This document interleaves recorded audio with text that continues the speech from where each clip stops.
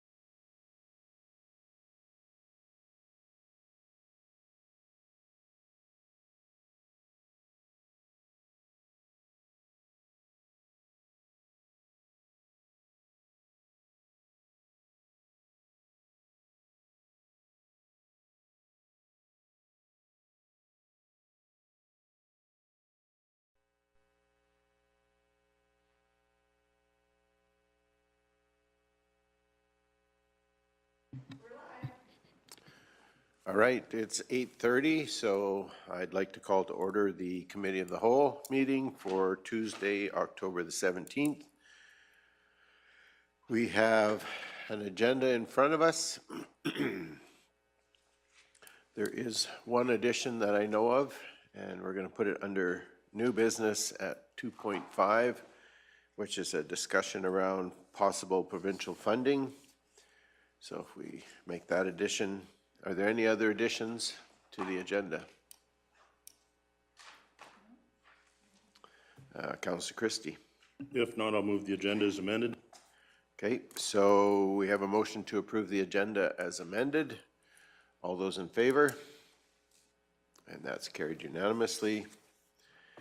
The minutes from the September 19th Committee of the Whole meeting were circulated previously. Are there any corrections or additions that need to be made?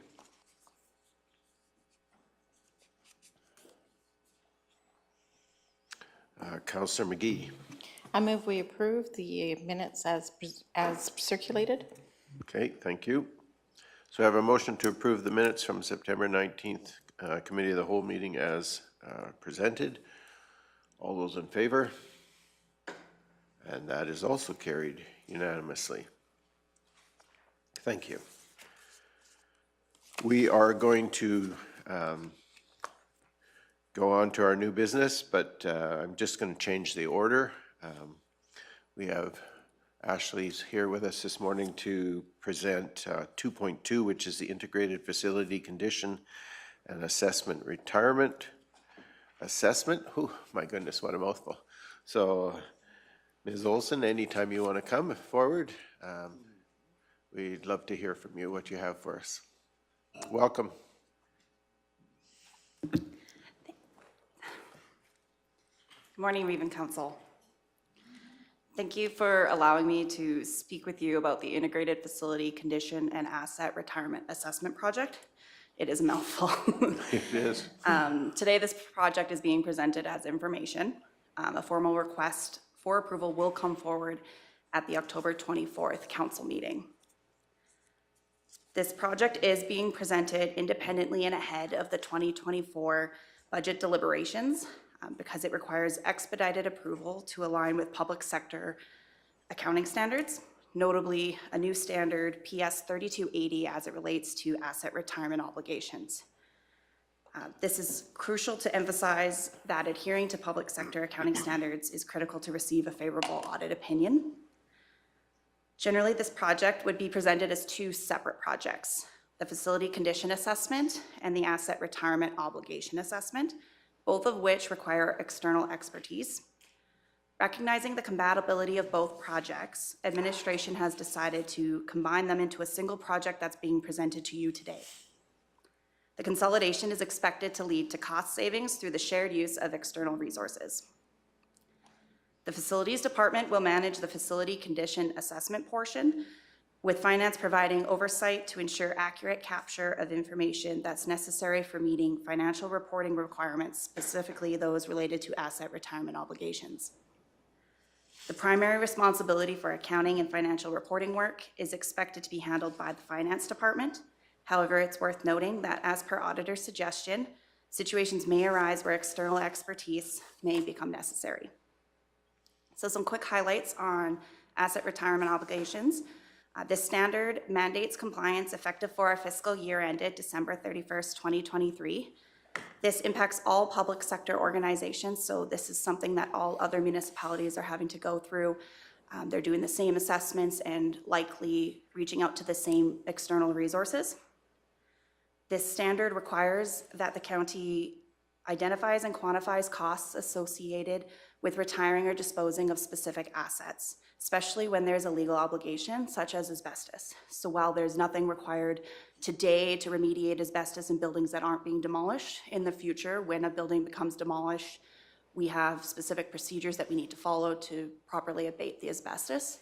And there's a cost associated with that, which essentially needs to be reflected on our financial statements. So while the standard demands substantial initial workload, the objective is to establish a solid foundation for ensuring accurate reporting indefinitely as assessment of retirement obligations will be an annual exercise. So as it's an annual exercise, future adjustments may be required given the potential need for the information to adapt to legislative changes. So if legislation changes and says that lead is now a hazard material that needs to be properly abated, that would be a consideration. These anticipated adjustments are elements that administration will strive to incorporate into future budget plans as necessary. So the work required to be compliant for the standard directly links to asset management and planning. So this is something that I will now let Kevin Gannon speak to regarding the facility condition assessment portion of this project. Mr. Gannon. Thank you, Council. I just want to explain, we have a large infrastructure service within the county. We own 33 facilities, and we have approximately 45 structures within the organization responsible. Within those facilities, they vary in age and their use. The facility condition assessment is geared at providing a roadmap, if you would like to look at it that way, is it provides us the information and the financial ability to plan for future renovations, replacements, understand the condition, and be able to address those concerns in a very systematic and non-reactive manner. It also plays into a larger picture of future developing a master plan on how we move forward with our facility portfolio and how it's managed in correlation with our operations department. So the information provided by a consultant will provide us their expertise on how our system is running, the electrical system, the age of the system, different recommendations of what's required to potentially bring it within code if there are any violations, and also address any additional ARO shortfalls that we actually see within these facilities. So the asset retirement obligation is beyond normal disposal. So it's like items like contaminants, asbestos, things of that nature. We're looking at the life cycling, the condition of the facility, and how we manage or where we go with that facility, which will bring back further conversations to council on where we go with those assets and how we manage them. So the project is in my opinion, quite overdue, and it will give us more fiscal responsibility on how we manage those projects moving forward, and the life cycling of those facilities. Okay, thank you. So at this time, I'd like to open the floor for any questions or comments. Okay, any questions? Councillor Forbes. Could I just get a quick explanation to what a PSASPS 32080 is? Yeah, so we're we basing shorten this it down, on? yeah, PSAS is the public sector accounting standards, so those are the accounting standards that we have to follow. And then PS is just that, it's just the abbreviation of public sector. So 3280 is the section of the public sector accounting standards.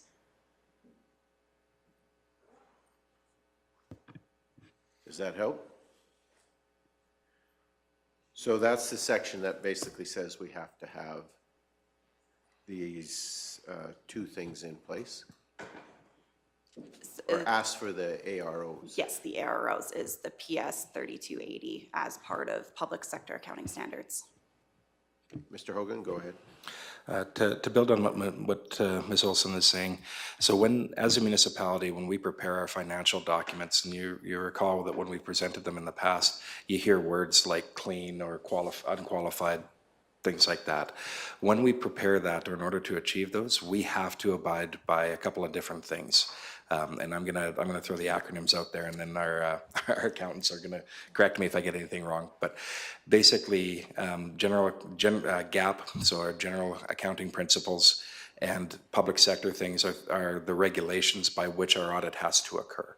And if they don't occur by those things, we don't get a clean or unqualified audit. Yeah, I haven't mixed those up, right? No, perfect. So the accountants tell me I'm still on the right path. So in order to do that, we need to abide by those standards. Every once in a while, what happens is and I'm just going to refer to them generally as the accountants, not our accountants, but the ones that look after PSAP and stuff like that, put something new in place that we have to abide by. And so an example is a number of years ago, they put into place tangible capital assets. And so when you see that tangible capital asset reporting on our financial statements, that never used to be there. But then they changed the accounting regulations. It became something that then we had to do. Just so that's, every once in a while that happens. And so with that, this has happened again where they've said we need to be recognizing our AROs in our financial statements if we want a clean or unqualified audit. And so basically, if you want what we'd boil that down to say a good result on your audit, we need to meet those standards. If not, there's a bunch of other things that occur from that, none of which are really good. Where they're really going, the gist of it is when we've questioned this, is we said, well, what do we need to actually meet this standard? You know, if we know we've got a building out there that's got asbestos in it, it's 3,000 square feet, we think it'll be this much. And they basically come back and said, no, you need somebody qualified to tell you how much it's gonna be. And so that's when Ms. Olson was saying and Mr. Ganner saying the internal capacity we don't have that entity. And most municipalities are in the same position. When I talk to my colleagues in both the urban and rural side, many of them are going through the same process we are. Some of the smaller ones, because of the cost involved, are saying we're just gonna wing it and hope. Which is not a great, unfortunately, it's their financial situation, right? But it's not that different for us than when we do our inventories or our reserves. If you'll note on there, we have cash and non-cash reserves in our financial statements, right? A lot of times, and I'm simplifying in terms of this, but when we do our gravel inventory as an example, we don't have the luxury of being able to say, well, we think it's this much. We actually have to survey or measure that gravel, which is why we do it through, I think, a drone in a lot of cases. The old system used to be an engineer would actually come out and survey your piles and do that. But that's the level of expertise or qualifying or truthing that we needed to meet that standard. So to meet some of these, we need, and I think the language is something like a certified professional or something like that, to come in and actually do an assessment on that building that has asbestos and say, this is what the remediation is going to be. And we have to recognize that. So it's a much more robust version of essentially the same thing we have to do with gravel stockpiles. One of the things that we looked at administratively when this is the integrated facility condition assessment was a project that was going to be proposed to you anyway over the course of 3 years, because it's not a low-cost program. We're still working on putting some of that stuff together, but Mr. Gann, I think the number we're looking at is probably 250 to 300,000 in that ballpark over 3 years. You're correct. Because going back to the number of facilities we have and needing to go through and do that. As part of asset management and moving our facilities program to a proactive state rather than a reactive state, that program was coming towards you anyway as part of a request to be spread over those years. With the ARO requirements, we looked at that administratively and said, geez, we think there's a bunch of overlap here. So rather than have somebody come in and do one and then have the next person come in and redo a bunch of this work or pay them to review this work, if we combine them, we might achieve a cost saving because they can just take this and keep flowing, right? The reason for the expediting on this that we're looking at is that if we get this going right away, then we'll put the ARO portion at the beginning of that project and put the asset stuff over the next couple years after that. But what that'll do is give us the data so that when we go into the year-end audit, we have that so that we get a clean and unqualified financial statement. Mr. Gannon. Yes, I just want to clarify that the project that's being proposed that will come back to council will be, as the CAO indicated, a 3-year project. The first year, we're expecting, or for the first 3 years, we're looking at doing 11 facilities per year. So the ARO will correspond with the facility condition assessment in the first year, but it will be the same facilities that we feel are at higher risk for those ARO requirements in order to justify it for our audit requirements. So the work is together for that first year.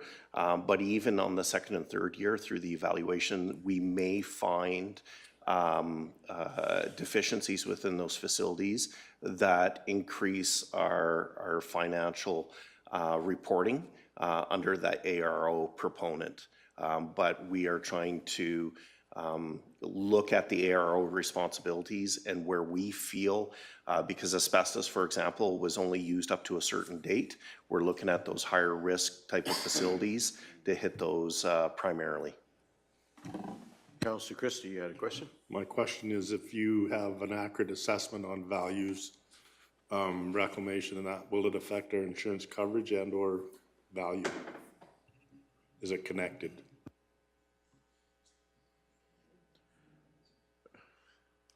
Which So one we're of you just- wants to tackle that one? Well, we're just comparing. I wanted to check quickly. I don't know the answer to that off the top of my head. I don't believe that it does, but we would have to confirm that. When we downgraded our hog barn, it had a huge effect at the end of the day.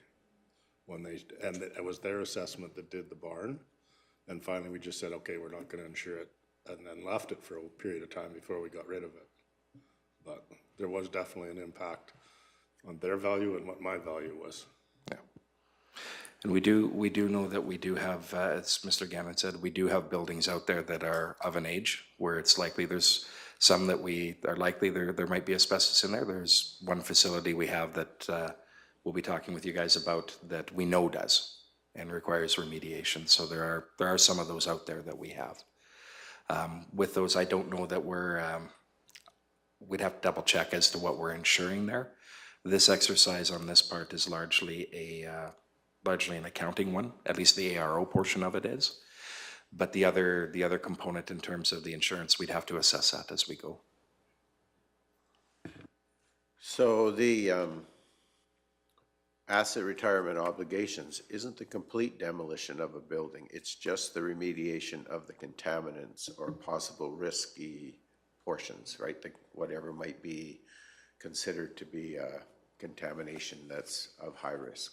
That's correct. So it's not bringing in the total cost of like the demolition. It's just the part related to the remediation of like the asbestos, for example. Okay. And I guess my other assumption would be is if we own a building, even if we're no longer using it or it's scheduled for demolition until such a date, it is an insured building, at least on the liability side. That's through Mr. Chair. That's correct. So, the facility that I have in mind that Mr. Gannon and I have been talking about, it is an existing facility. We haven't used it in quite some time, but it is an existing facility that is on our dock, and we have slated it for demolition and remediation. Okay, thank you. Any other questions related to the asset retirement assessment or the integrated facility condition assessment that's going to be going on? No? It's all clear as mud. Mr. Hogan. Thank you, Mr. Chair. So at this time, we're just asking that council accept this report for information. What our real goal here was to not to come in next week and bomb this on you, but to give you at least a little bit of heads up that we are coming back with this and some questions and background as to what it actually is. Okay, But you will see this coming forward for a formal ask and to move forward with it. and that's scheduled for next week. Yes. Okay, thank you. Yeah, Councillor Penner. Just a quick question. Is there an abundance of people that are going to be able to do this out there? Is there, or are we going to be looking for years to come? Is this something that we'll be able to get onto right away? Our hope is that we are able to get onto it. We've seen other municipalities like post out an RFD, and we're aware of who's kind of responded in that capacity. So our plan is to, as soon as we receive approval, to move forward with the RFP to try to see what's out there and get some more information. Mr. Gannon? Thank you. We've done some benchmarking as well through other communities and have had conversations with them, and they've been successfully able to obtain those resources. So we're hoping that we'll have similar successes. Okay, thank you. Any other comments or questions? If not, I guess we'd be looking for a motion to accept for information. Councillor Benner? So moved. Okay, so we have a motion that the Committee of the Whole accept the report on integrated facility condition and asset retirement assessment for information as presented. Any further discussion? Seeing none, I ask the question. All those in favor? And that is carried unanimously. And thank you, Ms. Olson, for your presentation. And we look forward to seeing you again, I'm sure. Thank you. All right, we'll move on then to 2.1, which is Budget 2024, setting the stage. So, Ms. Barney and Ms. von Merbach, welcome. We look forward to your presentation. I'm not sure in what the adjective is I might want to use to describe our anticipation, but go ahead. And thank you for being here. Well, thank you so much for that kind introduction. Thank you for having us. Welcome to, want to welcome Council to the commencing of our 2024 budget deliberations. So I will be taking the lead this morning, and then Marika will be following up partway through the presentation and providing some additional context for you as well. So before we start, I do just want to acknowledge that preparing for the 2024 budget discussions and deliberations with Council has been a significant workload by a number of individuals across this organization. Most particularly the individuals, some of the individuals within our finance team, but it's also something that the broad organization has contributed to. So I would like to acknowledge their contributions and express our appreciation for all the organization has contributed to getting us to this point. So one of the pieces that I do want to highlight, and before we delve into our presentation today, this is something that I wanted to share with Council this morning because it came to our attention just yesterday. As you're aware, the county has submitted for the Distinguished Budget Presentation Award and has been the recipient of that now for the third time. This was a notification that we received yesterday. It signifies achievements for the county, a significant achievement for the county, and reflects the commitment of both the governing body and staff to meeting the highest principles of government budgeting. Thank you. So in order to achieve this award, the county had to satisfy nationally recognized guidelines for effective budget presentation. These guidelines are designed to assess how well the county's budget serves as a policy document, a financial plan, an operations guide, and a communications device. I would like to note as well that not only have we received the award for the third time in a row, but the award itself and the assessment of the submissions are rated on a number of different factors, and that when we reviewed the ratings on those factors, we can confirm that that we've made significant advancements in a number of those factors as well, and the county is rated as outstanding in a number of those factors that they use as ratings. So I think that's a significant accomplishment for the county, something we're quite proud of. Like I said, there's been a great deal of work that's gone into preparing and getting us to this point, and just like to acknowledge that that it's showing some great success for us in relation to the budget presentation. So as you've seen last year, the budget schedule this year will look very similar. We phased. Sorry, just excuse me. Yeah, Well, it's Councillor on the Penner. topic. I just want to say congratulations and thank you for what you do. Actually, with the way you present it to us even is just outstanding. So while we're right here, I would like to say congratulations. Well, thank you very much. Appreciate that. I think that sentiment is pretty well echoed right across the entire council, so. We were quite excited yesterday when the notice came in and did a little happy dance of our own. Hopefully no one had a camera or video, right? No video, unfortunately, I don't think. So as I was indicating, the budget schedule for 2024 will look very similar to the 2023 budget schedule. Again, taking a bit of a phased approach, allowing council that opportunity to receive information, assess the information, ask questions, and for administration to provide responses to those questions. So we'll start today with what we've historically defined as setting the stage, which really provides some of that environmental scan. We'll look at a brief overview of the assessment, look at how Kneehill County compares to our comparators, talk a bit about budget pressures, and then I'll pass it over to Marika, who will provide you an overview of the proposed projects for the 2023 budget. Our intention today is really to capture any questions council may have in relation to the projects that are presented when we get to that point. Gain a greater understanding of any areas of concern that council may have in relation to that. I want to note that items that are not flagged for clarification will have no additional information brought back to council following today's meeting, and that the formal approval on all projects will not take place until the December 12th meeting, where administration is anticipating that we'll see a budget adoption. On October 24th, we do have one insertion in here that looks a little bit different. So next week we'll have a discussion, which is the initial discussion around a reserve strategy. It isn't one we're defining exactly what that reserve strategy looks like, but it'll be the starting point of a discussion. We'll talk about some of the components of a reserve strategy, but at this point we are unable to pinpoint things like optimum reserve levels because the full scope of data that's required to inform that is not readily available at the moment. And as asset management matures more into the future in the organization, that data will become available and we'll be able to provide greater assessments on what we deem to be optimum reserve levels and present that to council for approval. So you'll hear more about that next week. I don't want to spend too much time on it right now, but that'll be something that's coming forward. On the 14th of November is where the core operating budget will be presented to council.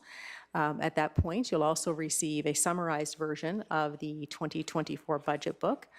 It'll be inclusive of the executive summary, the departmental overviews and work plans. It'll show updated performance metrics, as well as the departmental budget schedules. Again, the intent here is to gather any further questions or requests for additional information related to the information that's presented at that meeting, and administration will coordinate the required resources to respond to any of those requests at the November 28th meeting. And as alluded to, that is the point where administration responds to any questions and information request and will facilitate that. Following the sharing of that information on November 28th and the conclusion of any budget deliberations and discussions, administration will make any necessary amendments with the intent of having a finalized budget presented to council on December 12th for final adoption.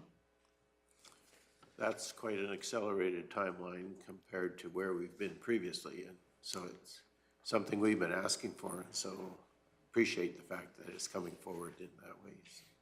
You're most welcome. And administration really wanted to, we pushed hard to get budget through by the end of this year, also acknowledging the fact that once we have an approved budget by year end, it better positions administration to action items that are approved within that budget. So it's been a very high priority for us this year, and I'm very proud of the work that's happened by staff to get us to this point. Thank you. You're welcome. So as indicated, today we'll look at the environmental scan. That'll look at things like social, culture, environmental, and economic factors that impact Kneehill County directly. We'll provide a brief overview on assessment and look at the key factors that drive assessment within Kneehill County, as that directly impacts our tax base. We'll also look briefly at some of the strategies that have been utilized in the past to ensure ongoing fiscal sustainability of Kneehill County, and touch briefly on some future strategies that will help us continue on that journey. As a point of interest for both council and the community, we'll also look at how Kneehill County compares to our standard comparators, as well as counties and MDs provincially. So that we'll look at that in relation to residential, non-residential, and farmland tax rates. We'll also highlight some of the budget pressures that Kneehill County will face in 2024. And as alluded to earlier, to wrap things up, we'll introduce both the operating and capital projects to council today as well. And council will have time to review those prior to final approval. So on the environmental scan, social cultural component, as per the Government of Alberta statistics, Kneehill County has experienced a decline of about 2.8% in its population since 2020. We've seen a slight drop in the population as a component of that since 2022, or in 2022 rather, of 0.67%. We do know that Kneehill County's population is aging. However, we're not seeing a significant decline in the youth population. The median age as of 2021 is 41.6 years, and approximately 27% of the population ranges between the ages of 0 to 19 years. So a significant portion of the population within that age range. So not unique to Kneehill County, something that's felt across all municipalities and sectors within the population today seems to be that reduced participation of youth when it comes to volunteering. The existing volunteer list of volunteers are aging, and in some areas we're seeing a decline. Where that becomes relevant to us as a municipality is we automatically become the default funders in areas where we've seen higher participation of volunteers in the past. As the expectations of our publics shift, we see greater demands on our services as well, not just in the services that we provide to residents, but also in how they're being provided. So to support ratepayers' expectations in relation to having flexible, convenient, and timely availability to municipal services, administration has and continue to constantly analyze how we provide the services that we provide in order to enhance efficiency both for administration as well as for ratepayers. There's also expectations around cycle times for services, and those continue to increase, along with the desires for self-serve options is becoming more prominent in society. Citizens are also looking for greater communication and participation today, and I can see that over the last year, Council has made some significant strides in really reaching out to the community and engaging with the community in multiple different forms. So it is something that the community looks for, and I believe Council is stepping up to meet that need as well. So just a point of clarification, you said expectation for cycle times for services is increasing. You mean they want it quicker? That is taking us longer to provide it. Absolutely, that is correct. Thank you for that clarification. And as soon as it exited my mouth, I'm like, that can be interpreted a couple of different ways. It could be interpreted very differently. So Yes. the expectation is we want it faster, and so that's the direction that we're moving. That is correct. Okay, thank you. That is correct, and that is always the target of administration, to expedite responses to citizens in whatever form it is that they're looking to gain that. Councillor Penner, go ahead. It's okay if we ask questions as we go each page? You're okay with that? Absolutely. Okay, can you elaborate a little bit more on how the county is noticing the demand for self-service? Like they're looking for an increased demand of self-service. I would say that really when we look at our payment of fees and things like that, it's how do we process those payment of fees in a way that limits their need to come into the county to action that processing of fees, for example. So I'll use tax payments as an example. We're seeing increased participation in the TIPS program as an example, because that's an automated function. So it processes from your bank account automatically every month. No one has to come in and process payments or make visits to the county office in order to facilitate that. So that would be one example, I would say, of a self-serve or of a self-serve type function. Okay, so it's kind of identified in here, but we've got to make sure we're staying up on the secure side of things, you know, because that's the way they want to do business nowadays, is what you're saying. Through the internet kind of thing. Yes, absolutely, and that is a key focus for the county is cybersecurity. It's an item that we've put great effort and into internally to ensure we enhance the security of our systems. So for sure, with the increased demand for those self-serve functions, which typically flow through the internet, then we're going to see that increased demand for improving upon our security and retaining proper security on our end. I just want to make sure it was just on the financing side, not on one of the other departments, you know, so you clarified it. Yep. Okay, we're good, I think. Good. So on to the next piece, which is environmental. As, again, not unique to Kneehill County, but we're seeing a much greater societal awareness around conservation and recycling. While that brings with it many benefits like energy conservation, reduced air and water pollution, reduced greenhouse gases, and conservation of natural resources, it also results in more complex and expensive regulatory and environmental compliance and regulations. And this is where it becomes extremely relevant to council budget deliberations. So just a few moments ago, we brought forward a report that related to the asset retirement obligations. This is a reflection of the increased financial reporting requirements as a result of greater environmental awareness and the requirement for municipalities to minimize their environmental impact by accounting for the mitigation of that impact within their financial statements. So that's just one example of how that has impacted and is reflected in the budget deliberations that we have ahead of us. So continuing on the economic side, for the oil and gas outlook, according to Deloitte, the extra capacity created by the TMX pipeline is expected to boost Canadian production by about 375,000 barrels a day over the next 2 years. Crude prices are expected to remain at elevated levels over the coming months. However, natural gas prices are expected to remain weaker for several more months, especially if we see a warmer winter, as is predicted. And while the increased prices and production will undoubtedly mean increased cash flow for oil and gas industry, most have not yet issued their capital plans for 2024. So it's unclear at this point if that translates into greater investments in general and more specifically in Kneehill County. What we do know, and we will share in more detail a little later in the presentation, is the oil and gas investments, in particular well counts, have been on the decline in Kneehill County. And while there's undoubtedly a number of factors that may influence that change, one contributing factor may be the drive across Canada towards cleaner energy.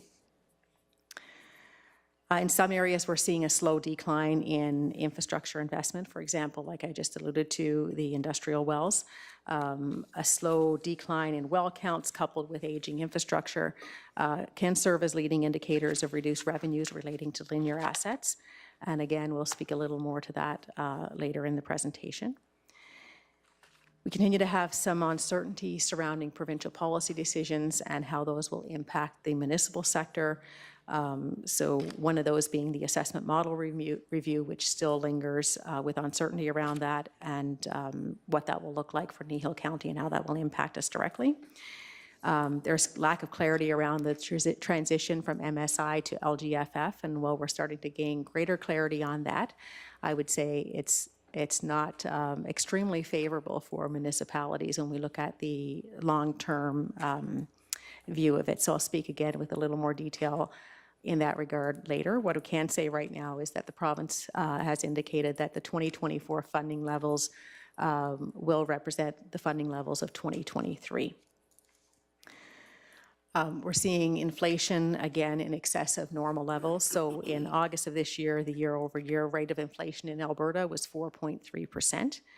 While we can see that inflation across the world is coming down, the Bank of Canada projects that inflation will stay around 3% for the next year and returning to 2% by the middle of 2025. So we'll continue to see those inflationary impacts for some time yet.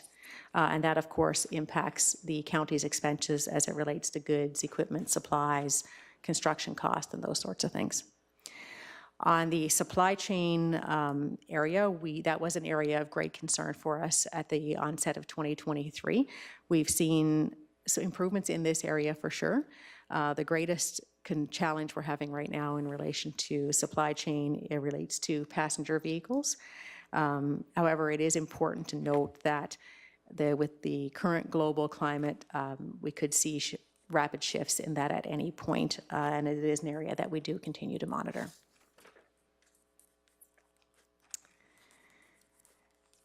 So there are some costs that are built into the core operating budget, which you'll see come forward at a later date. Those are set by external parties, and containment efforts by administration are really not possible in most of those areas. For example, over the past year, we've seen significant increases in insurance, as well as costs related to supplies and those sorts of things, which you've seen multiple times come back to council, highlighting some of those cost increases. As you'll see later in the presentation, we will look at our municipal comparators, and Kneehill County's tax rate is very competitive with that of our comparators, both locally as well as provincially. High-quality infrastructure, and more specifically as identified in Council's strategic plan to build and maintain infrastructure that meets the ongoing needs of county residents and businesses, is an area that we continue to work diligently on advancing, as it is a goal of Council. Effective asset management helps communities manage infrastructure assets in a manner that maximizes the lifespan of the asset at the lowest cost, while maintaining an acceptable level of risk and a satisfactory level of service to the community. So while our infrastructure is aging, administration continues to work to advance asset management and the maturity of asset management in the organization. The furthering of the maturity of asset management in the organization will see things like a continued transition from a more proactive versus a reactive maintenance model. And some of the items, like the one that had just been brought forward to council for information with the facility condition assessment, will help us significantly in moving in that direction. It will further increase our understanding of future investment requirements, allowing us to really build out that 10-year capital plan and really enhance the reserve strategy that will come forward to you next week. It will provide data that ensures we understand the costs pertain to total cost of ownership of an asset, not just the acquisition of the asset, but all through the life cycle, all the way up to disposal of the asset. And will also, which is a really important factor as decisions and priorities become more complex for council, having data that supports evidence-based decision-making for both council and administration will become a critical piece that will help support both council and administration in ensuring that long-term financial sustainability. We're seeing municipalities across the board are really making investment attraction and retention a priority, and that continues to be a focus area for Kneehill County as well. In 2023, the county completed the hiring of the Economic Development Officer. The initial focus of that resource will be on creating an economic development plan that aligns with council's vision. So we'll move now into looking at assessment and taxation. So the total assessment for the county is driven by a number of factors, including things like new development, improvements on both residential and non-residential properties, as well as demand in areas like housing. So our non-residential businesses are assessed based on a variety of factors. DIP and linear assessment take into consideration the age of the asset, as well as a number of asset characteristics. The depreciation factors are set by provincial policy, and the assessment modifiers are also set by the province. Farmland is assessed, or is regulated by the province and is assessed on the basis of its productivity value. That is the ability of the land to produce income from the growing of crops and or the raising of livestock. And residential housing, of course, is driven by the market demand. Just wanted to make note that over 66% of our assessment as a county is influenced or regulated by the province. So provincial policies relating to assessment can have a significant impact on the bottom line for the county.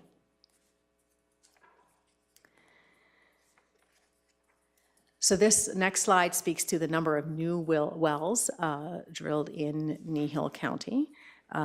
This data still brings us up to 2022 because the 2023 totals are not yet available. So we did see a slight increase in the number of wells drilled in 2022. However, as noted on the slide, it is important to note that between 2022 and 2024, all new wells and pipelines are under a tax holiday and none of those will pay taxes. We'll only start to see revenue on those new assets in 2025. Yeah, maybe. Fingers crossed. Councillor Cunningham.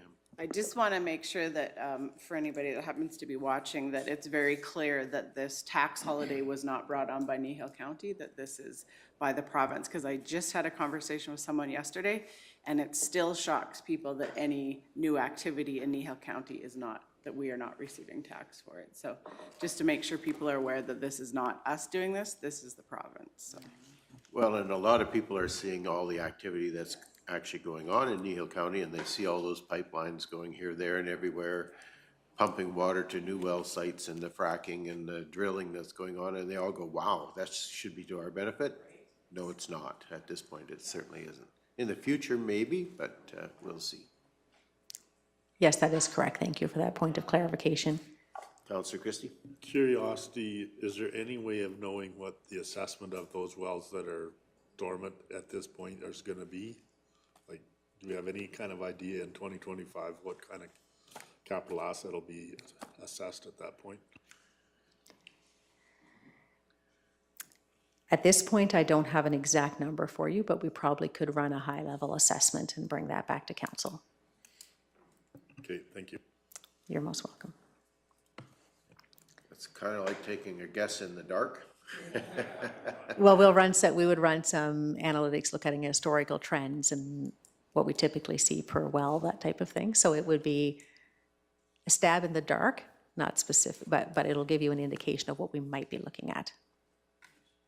Councillor Christie? My observation is all these new wells are horizontal fracking jobs that are got to be assessed at way higher than the wells that we've had. I'm just curious what that value might be. Mm-hmm. Well, there's certainly a lot more infrastructure on those well pads than there are in a lot of the old sites where you have one, pump jack. Some of these have 3, 4, 5 or more, and lots of tanks and other infrastructure sitting there. So. I know they told me when they put one of the first horizontal frac wells on our property is it was fracked in 42 places, the equivalent of 42 other wells. So that I want to know what the value of that is. Okay. Yeah, no, absolutely. So like I said, well, we won't be able to provide specific details because there are a number of variables in there. We could probably give a very, very, very high level assessment of what that might look like in 2025. With a lot of what ifs attached What ifs. to it. Or buts, right? A lot of buts. But if this happens, then that. Yes, 100%. You just said the province looks after 66% that we have no control of, so that pretty much tells us where we're at. It's a very high percentage that's under provincial control, for sure. Okay, are there any other questions at this point, or I think you're okay to go on then, please, Ms. Barney. Okay. One of the pieces that we'll speak to now is the total well count, and this shows our trending from 2016 to 2022. While it is important to analyze and understand the number of new wells being drilled annually, it's equally important for us to understand the total well count and how that's been trending as a whole. As you can see in this visual provided, the total well count has been declining steadily since 2016 at an average of 1.12% annually. So not significant, but there is a slight decline. That information is being drawn from the annual change report that we receive from Municipal Affairs. The well assessment accounts for approximately 17% of the county's total assessment. Therefore, it is an item that we need to continually monitor to determine if the trend is sustained into the future. If the trend continues, options to support the offsetting of revenues associated with this drop will be required to be reviewed by council and administration. If it continues over the next 5 years, the historical trend, it would result in approximately a 5.6% drop in well counts over that 5-year period, which would translate into approximately a cumulative $350,000 in revenue loss over that same 5-year period. So that's approximately $65,000 per year. A bit of a disclaimer, those numbers, again, are based on historical averages and 2023 tax rates, and they do not account for other influencing factors such as inflationary impacts or provincial policy changes. But we felt that noting this slight trend that has started, that it was important to bring that to council's attention and draw out what that might look like at a high level if that trend continues. So you want to just give us that number again? So that's the change in revenue over that period of time? Yes, the loss of revenue that would translate into if this trend continued over a 5-year period is $350,000 approximately. So the 1.12% decline annually equates to about $65,000 a year. Okay, thank you. You're welcome.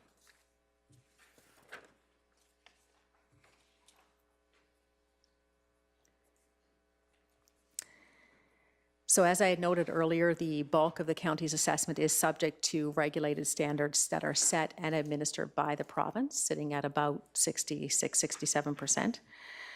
The largest shift in assessment that we saw on this slide here is in non-residential, where you can see that between 2015 and 2021, there was a 28% decline. This primarily related to the aging of linear assets and provincial policy changes such as the shallow gas relief. In 2022, however, the non-residential assessment started to rebound with a 0.08% increase over the prior year, and we saw a further 6.92% increase in 2023. So one of the things that is important to understand is what impacts assessment. So it's not just growth. There's also pieces like provincial policy, as well as inflationary impacts. So the shift from 2022 to 2023 on non-residential is primarily related to inflationary growth.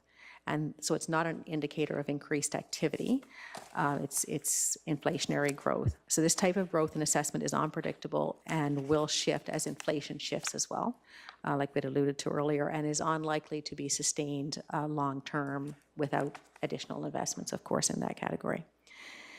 The residential assessment saw some reductions between 2015 and 2017, but has been climbing at a steady pace since then. In 2023, we saw assessment levels that increased over the prior year by over 10%, and at their highest point in the past 9 years. So some good news there. The farmland assessment has remained steady with little to no variation since 2015. The total assessment across all classes is just over $2 billion. Representing an increase of 7.25% over 2022's total assessment.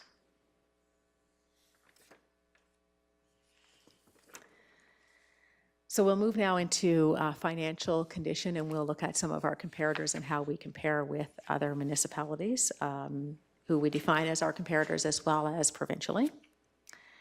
But first I wanted to talk a little bit about what are the measures of financial condition. So financial condition is essentially defined as the county's ability to balance their recurring expenditure needs with their recurring revenue sources while providing services on a continuing basis. There's no single measure that fully captures the financial condition of a local government, but rather it's important to take a comprehensive approach that focuses on both external and internal fiscal indicators that are easy to measure, evaluate, and understand. Financial condition is affected by a combination of environmental, financial, and organizational factors, as noted in the visual in front of you, including decisions and actions by the governing body, in this instance that being council. For example, a steady population decline can lead to an erosion in property taxes, which is a negative environmental trend. However, the way in which council responds to this decline could be through cutting services, increasing tax rates, or engaging in economic development, also will affect the financial condition of the municipality. So environmental factors include measures of community needs and resources such as population, age characteristics, property value trends, economic factors such as inflation, personal income levels, and employment rates.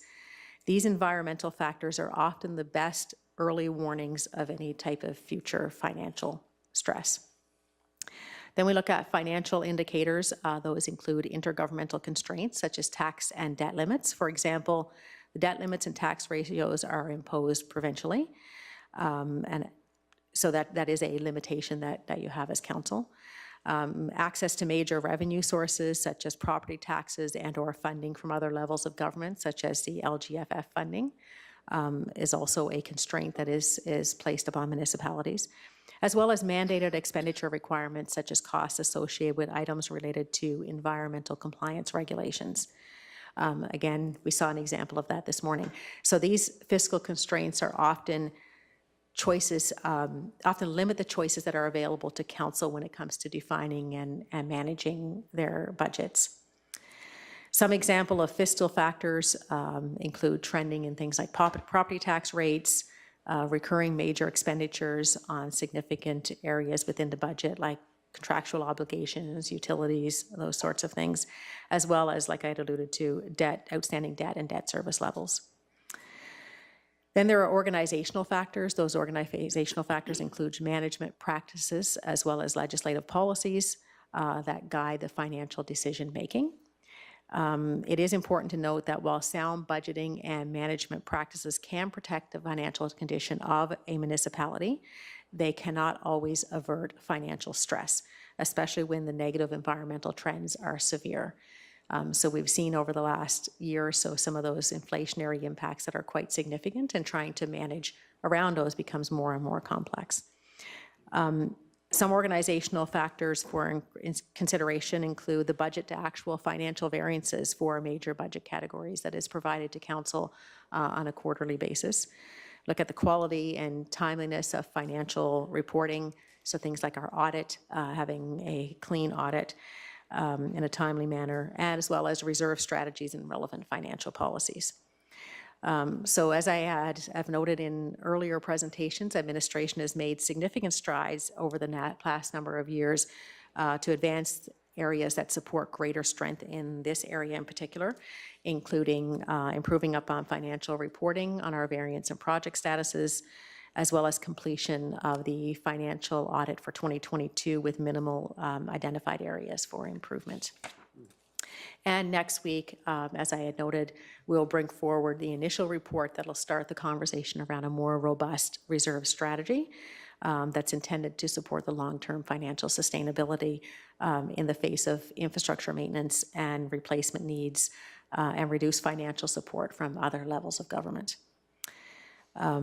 At this point, the reserve strategy discussion will focus on the identification of specific reserves, the permitted application of funds within those reserves, as well as the sources of funding for those reserves. So that'll be our primary focus next week.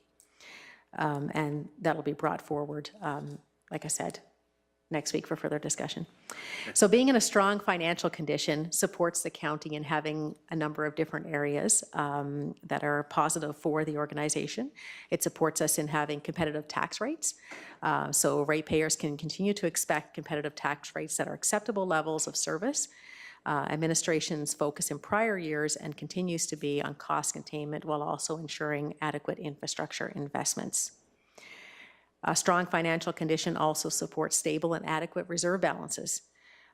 So our goal is to manage reserves in a way that facilitates predictable and consistent budget impacts. So avoiding any of those significant swings in budget that require any type of significant tax increases. It also, strong financial condition also allows us to have predictable tax rates and user fee increases. So we utilize tools at our disposal, such as reserves, which is a healthy financial strategy to ensure that we avoid any of those major swings in those areas. It helps us to ensure that we have manageable debt levels. As indicated before, the Municipal Government Act specifies that the debt limits for a municipality at any point in time is 1.5 times that of its revenue, and the debt servicing is 0.25 times the revenue of a municipality. So the county currently sits at 47% of its allowable debt limit as a result of the loan guarantee for Trochu. It also ensures that we can maintain service levels that meet the needs of the community. So just to note that the 2024 budget has been designed by administration with the assumption that we are maintaining existing service levels across the board. Those, of course, are defined by council and action by administration, and any adaptation to levels of service must be directed by council. And then the resources are adjusted accordingly as required. I'd like to point out that we have been successful in maintaining service levels with minimal impacts to budgets over the past number of years, despite a number of factors that have been outside of our control, such as inflation. And then finally is ensuring that we have an acceptable condition on capital assets. So asset management is a way we manage the infrastructure that we own. As I have alluded to previously, this is something that we all do on a personal level on a regular basis without even really realizing it. You know, we bring our vehicles to be serviced that help us prolong the life of our vehicle. We plan for major home renovations that allow us to manage the cost associated with that. And doing that internally in an organization is really no different. It's just on a more complex scale. But that is essentially what we are doing. It's really planning for the long-term sustainability of our assets and doing that in a manner that extends the lifespan of the asset at the most cost-effective manner. Okay, before you go on, I think I'm going to suggest we take a break. So we'll go into recess till 9:45. So that gives everyone a chance to take care of everything that needs to be looked after. So thank you for your presentation to this point, and we'll just interrupt that at this. So we're in recess.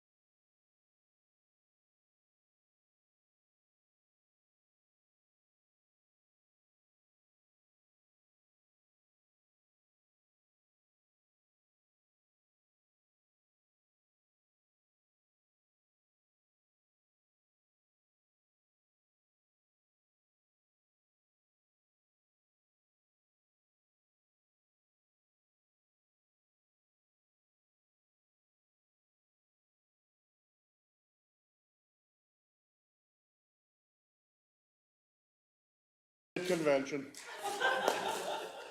All right. It is 9:46, and I'm going to call the meeting back to order. And I'm going to ask Ms. Barney and Ms. Von Meerbach to continue with your presentation, please. Thank you, Deputy Reeve King. So we'll continue on with our next slide, which really speaks to the long-term financial forecasting. So municipalities keep and manage Commonwealth in the form of assets, and this is nothing new. It's been ongoing for generations. They plan for things like population growth, asset maintenance, demographic changes, and a host of other issues that affect residents' quality of life.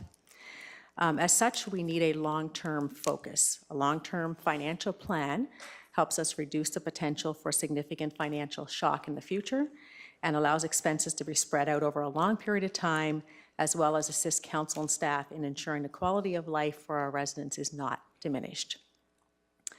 So as you're aware, the MGA requires a 3-year operating and a 5-year capital plan. However, to better support that long-term focus, administration will be looking to transition to a 10-year capital plan, which is planned to be implemented over the next couple of years. So when we look at long-term financial forecasting, there are a couple of foundational components to ensuring that we're able to engage in long-term financial forecasting effectively. One is asset management maturity.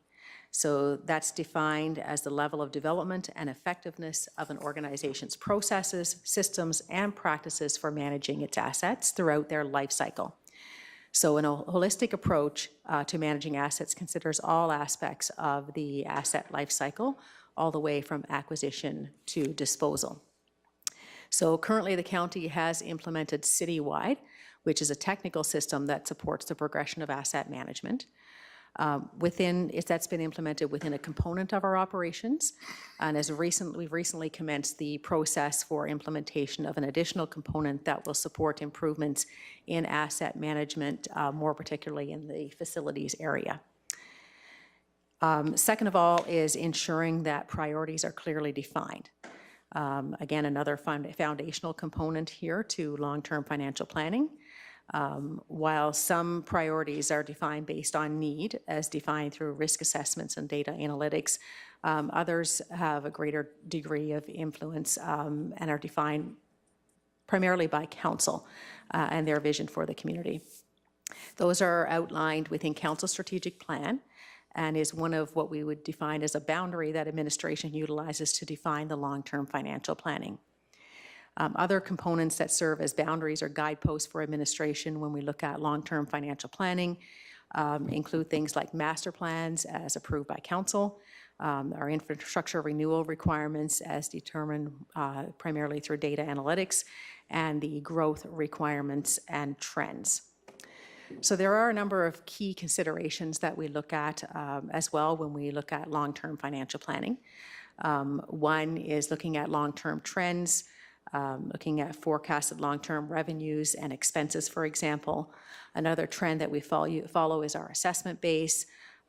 We know that oil and gas infrastructure is depreciating and aging, which impacts our assessment base, and we're not likely to see the levels of assessment on that infrastructure that we've seen historically.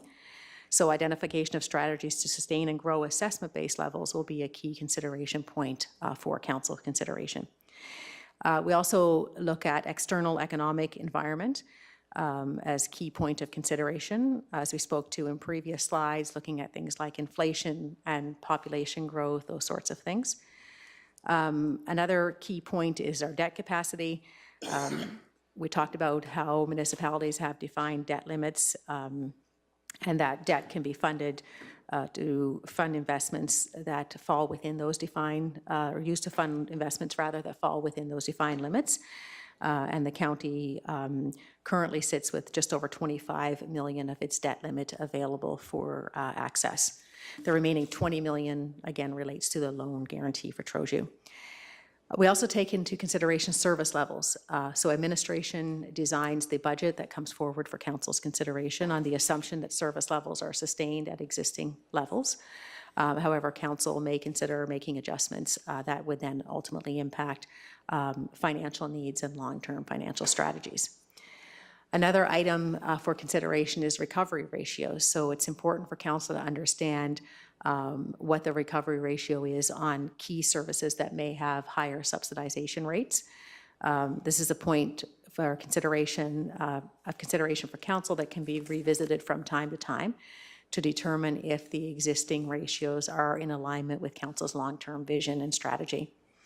Adaptations to this area, of course, do impact any long-term financial strategy that's defined with the support of administration. And it's also, another point is looking at the operational impacts of capital investments. So again, the importance of understanding the full cost of ownership of assets, not just considering the cost of acquisition, but also the ongoing operating and maintenance cost, as well as the eventual cost of disposal or replacement of the asset. So with all of those pieces in place, we look at a strong reserve strategy that takes into consideration things like your asset conditions, your expected level of service, your strategic plan and priorities, any forecasted growth, policy directions, and long-term financial and capital budget plans.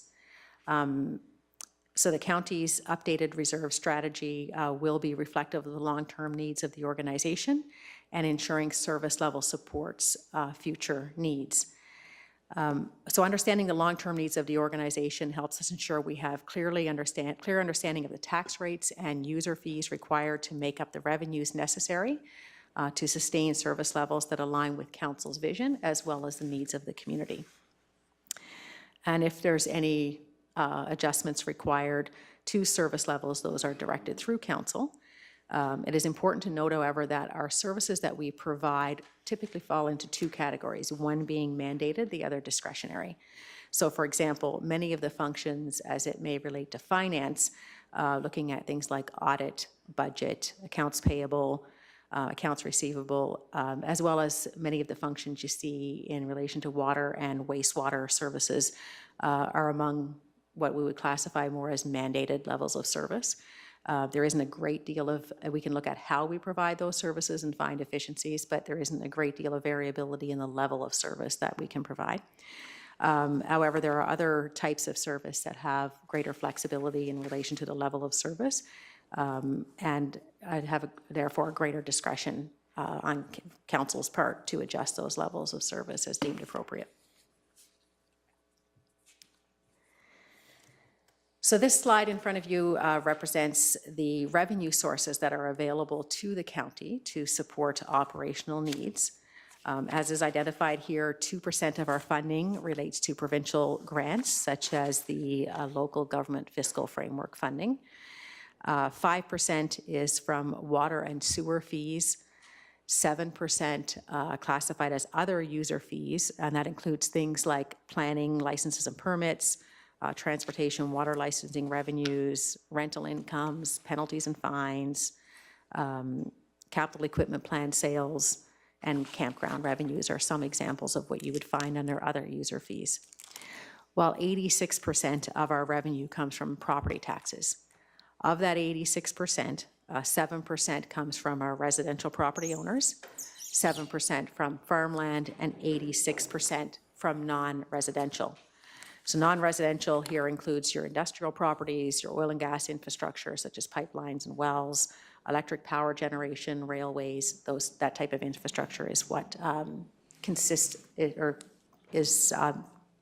the non-residential is compiled of, sorry.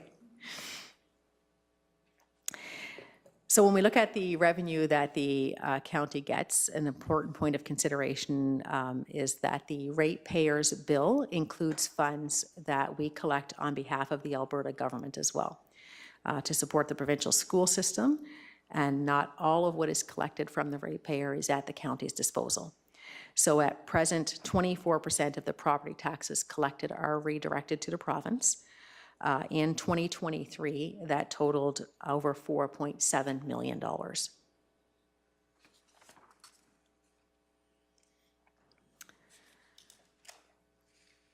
So we'll take a look now at how we compare with our municipal comparators as well as provincially. So we use 9 different counties that have environmental factors, challenges, services, and levels of service and service delivery standards comparable to that of Kneehill County. We've also included comparables to other counties. However, it is important to note that all municipalities provide core services such as road networks. However, they do operate independently, and each council determines both the specific services as well as the level of service they want to provide to their individual municipalities. So because of this, you're going to see some variation, which means it isn't entirely comparing apples to apples, but it gives us a sense of where we sit in relation to other municipalities.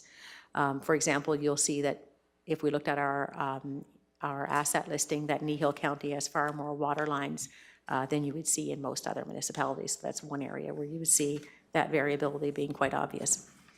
So for residential tax rates, you can see the average for our 9 comparators is 4.02, while all counties within the province sit at 4.40. Kneehill County sits on the lower end there and at 3.18. And we also rate significantly lower than the provincial average of 4.4. So this next slide speaks to the range of residential tax rates across the province and their distribution. So they range all the way from 1.3 to 11.39. So 61% of all MDs and counties have residential tax rates between 2.6 and 5, and which is the same range that Kneehill County falls within.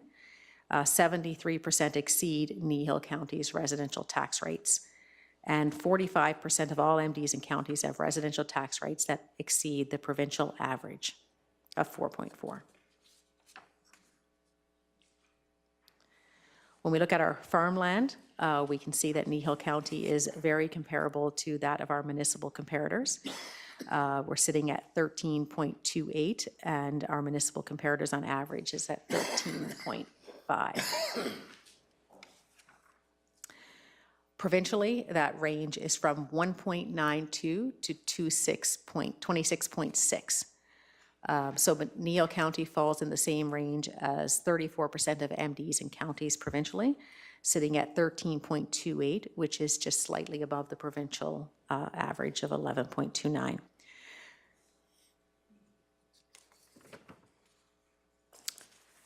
On our non-residential tax rate, the county currently sits slightly higher than its municipal comparators. The county sits at 5.08, and our municipal comparators that we use are averaging at 12.72. On a provincial level, those rates range from 5.61 to 24.14. So Kneehill County falls in the same range as about 40% of MDs and counties provincially, sitting at 15.08. So 53% of MDs and counties across the province fall below Kneehill County's rate, and 47% are above.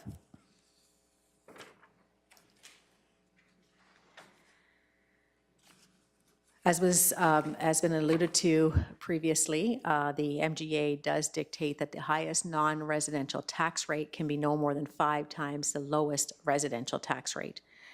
So often referred to as a 5-to-1 ratio. Within that ratio, municipalities are able to set their own tax rates. So Kneehill County's tax rate ratio sits at 4.75 currently. Our municipal comparators on average sit at 3.53. And the provincial average is for all MDs and counties in Alberta sits at 3.54. The range provincially is from 1.73 to 11.25. You said the provincial average was 3.54? Provincial average is 3.54, that is correct. Thank you. You're welcome.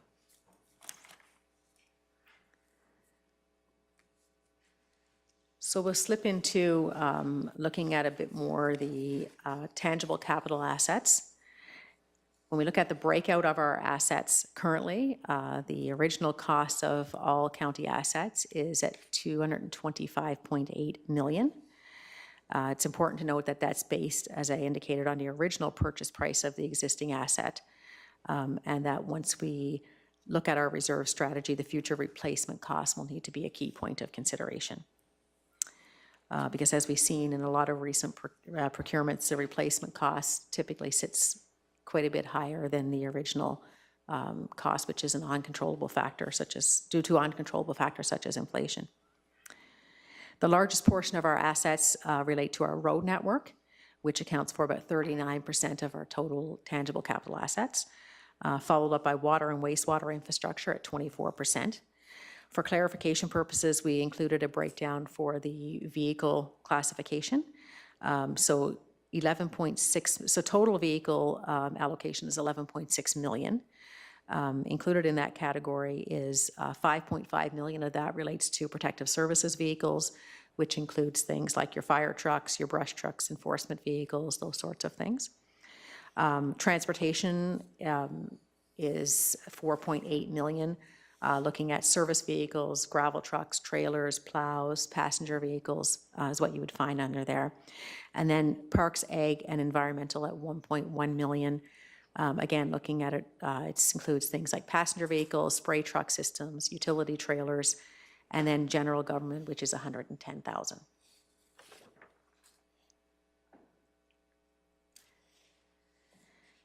This chart shows the gradual acquisition of assets since 2014 and the increased value of what we currently have on our books. Again, noting that this is based on purchase price, not replacement cost, which would be higher than what we see listed here. So currently, again, sitting at 225.8 million. The average amortization of county assets is 6.1 million, and we currently sit at 50.5% of the assets remaining based on the original cost. So for 2023, that would leave us with a valuation of 114.1 million at the 50.5% remaining based on the original cost.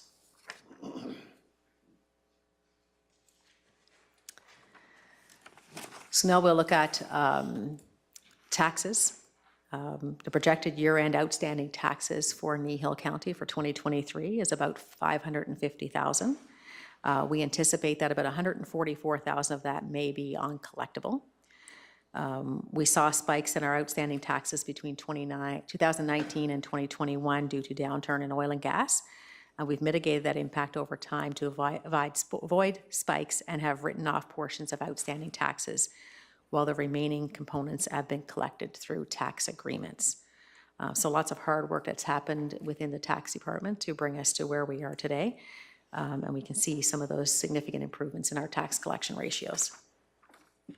Just a quick, 550,000 is the estimated, but 400 and something uncollectible? Just 144,000 uncollectible. 144. No worries.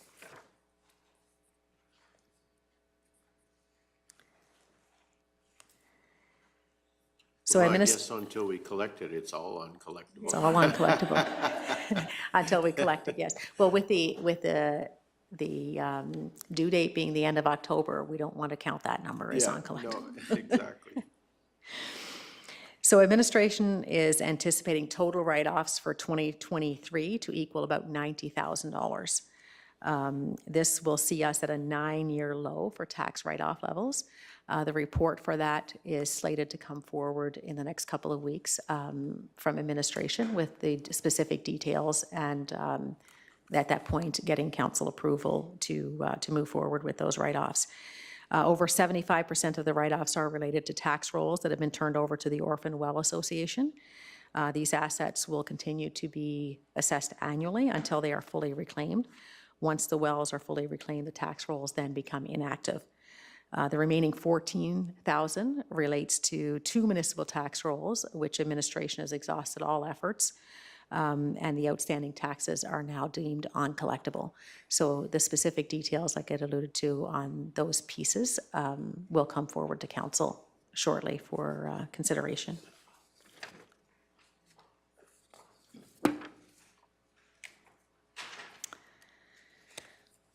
We'll focus a little bit now on reserves. We've talked about reserves many times in the past, and I think council clearly understands that they are vital to the municipality's financial health, and they support the long-term sustainability of municipal government. They assist with things like funding for rehabilitation of assets that are currently being used. They enable us to plan for future operating capital needs in a manner that allows us to avoid significant spikes in funding requirements and lessen our reliance on long-term borrowing, thereby avoiding high interest rates. With the current interest rates, this avoidance of interest-related costs becomes incredibly relevant. They also help ensure adequate cash flow throughout the year and provide for future liabilities incurred but not funded, such as things like sick leave. And they provide stability for tax rate changes, especially as it relates to costs associated with any unanticipated emergency or event. So as I noted, the future discussions relating to the reserve strategy will speak to optimum reserve levels. This is influenced by a number of factors, including things like the services that are provided to the community, the age and condition of our infrastructure, and that's why we keep talking about the access to this information is critical as we move forward, as it provides us with a clear picture of what that looks like. We look at things like economic conditions, such as inflationary impacts that help define future replacement costs of capital assets, as well as expected interest rates to be earned on reserve funds. The reserve policy defines the intended uses and funding source for reserves and identifies the level of contributions to capital plans, or programs rather. At present, the organization does have a great deal of clarity on the age of our existing infrastructure. However, accurate condition assessments are not available for all asset classes. And this factor greatly influences the future reserve levels, and Council will note that the project that came forward earlier today, the plan relating to the facility condition assessment, will support us in this regard.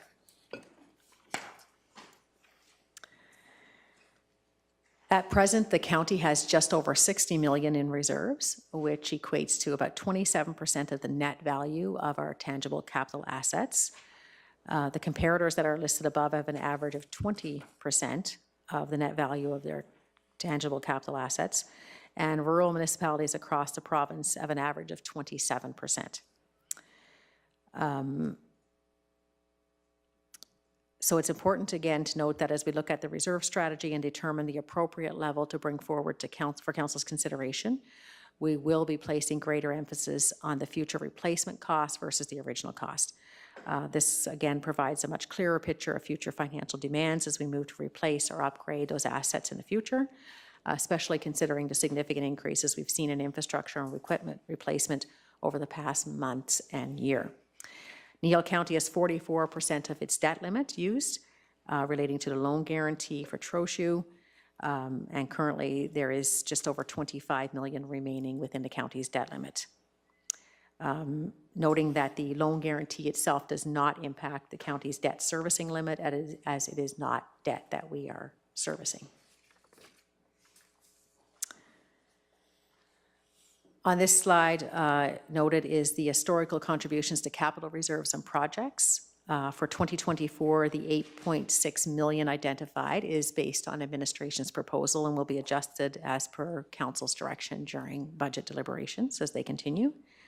Contributions are currently based on useful life of assets for capital equipment and in consideration of the annual amortization of assets. As noted earlier, the average amortization of county assets is 6.1 million.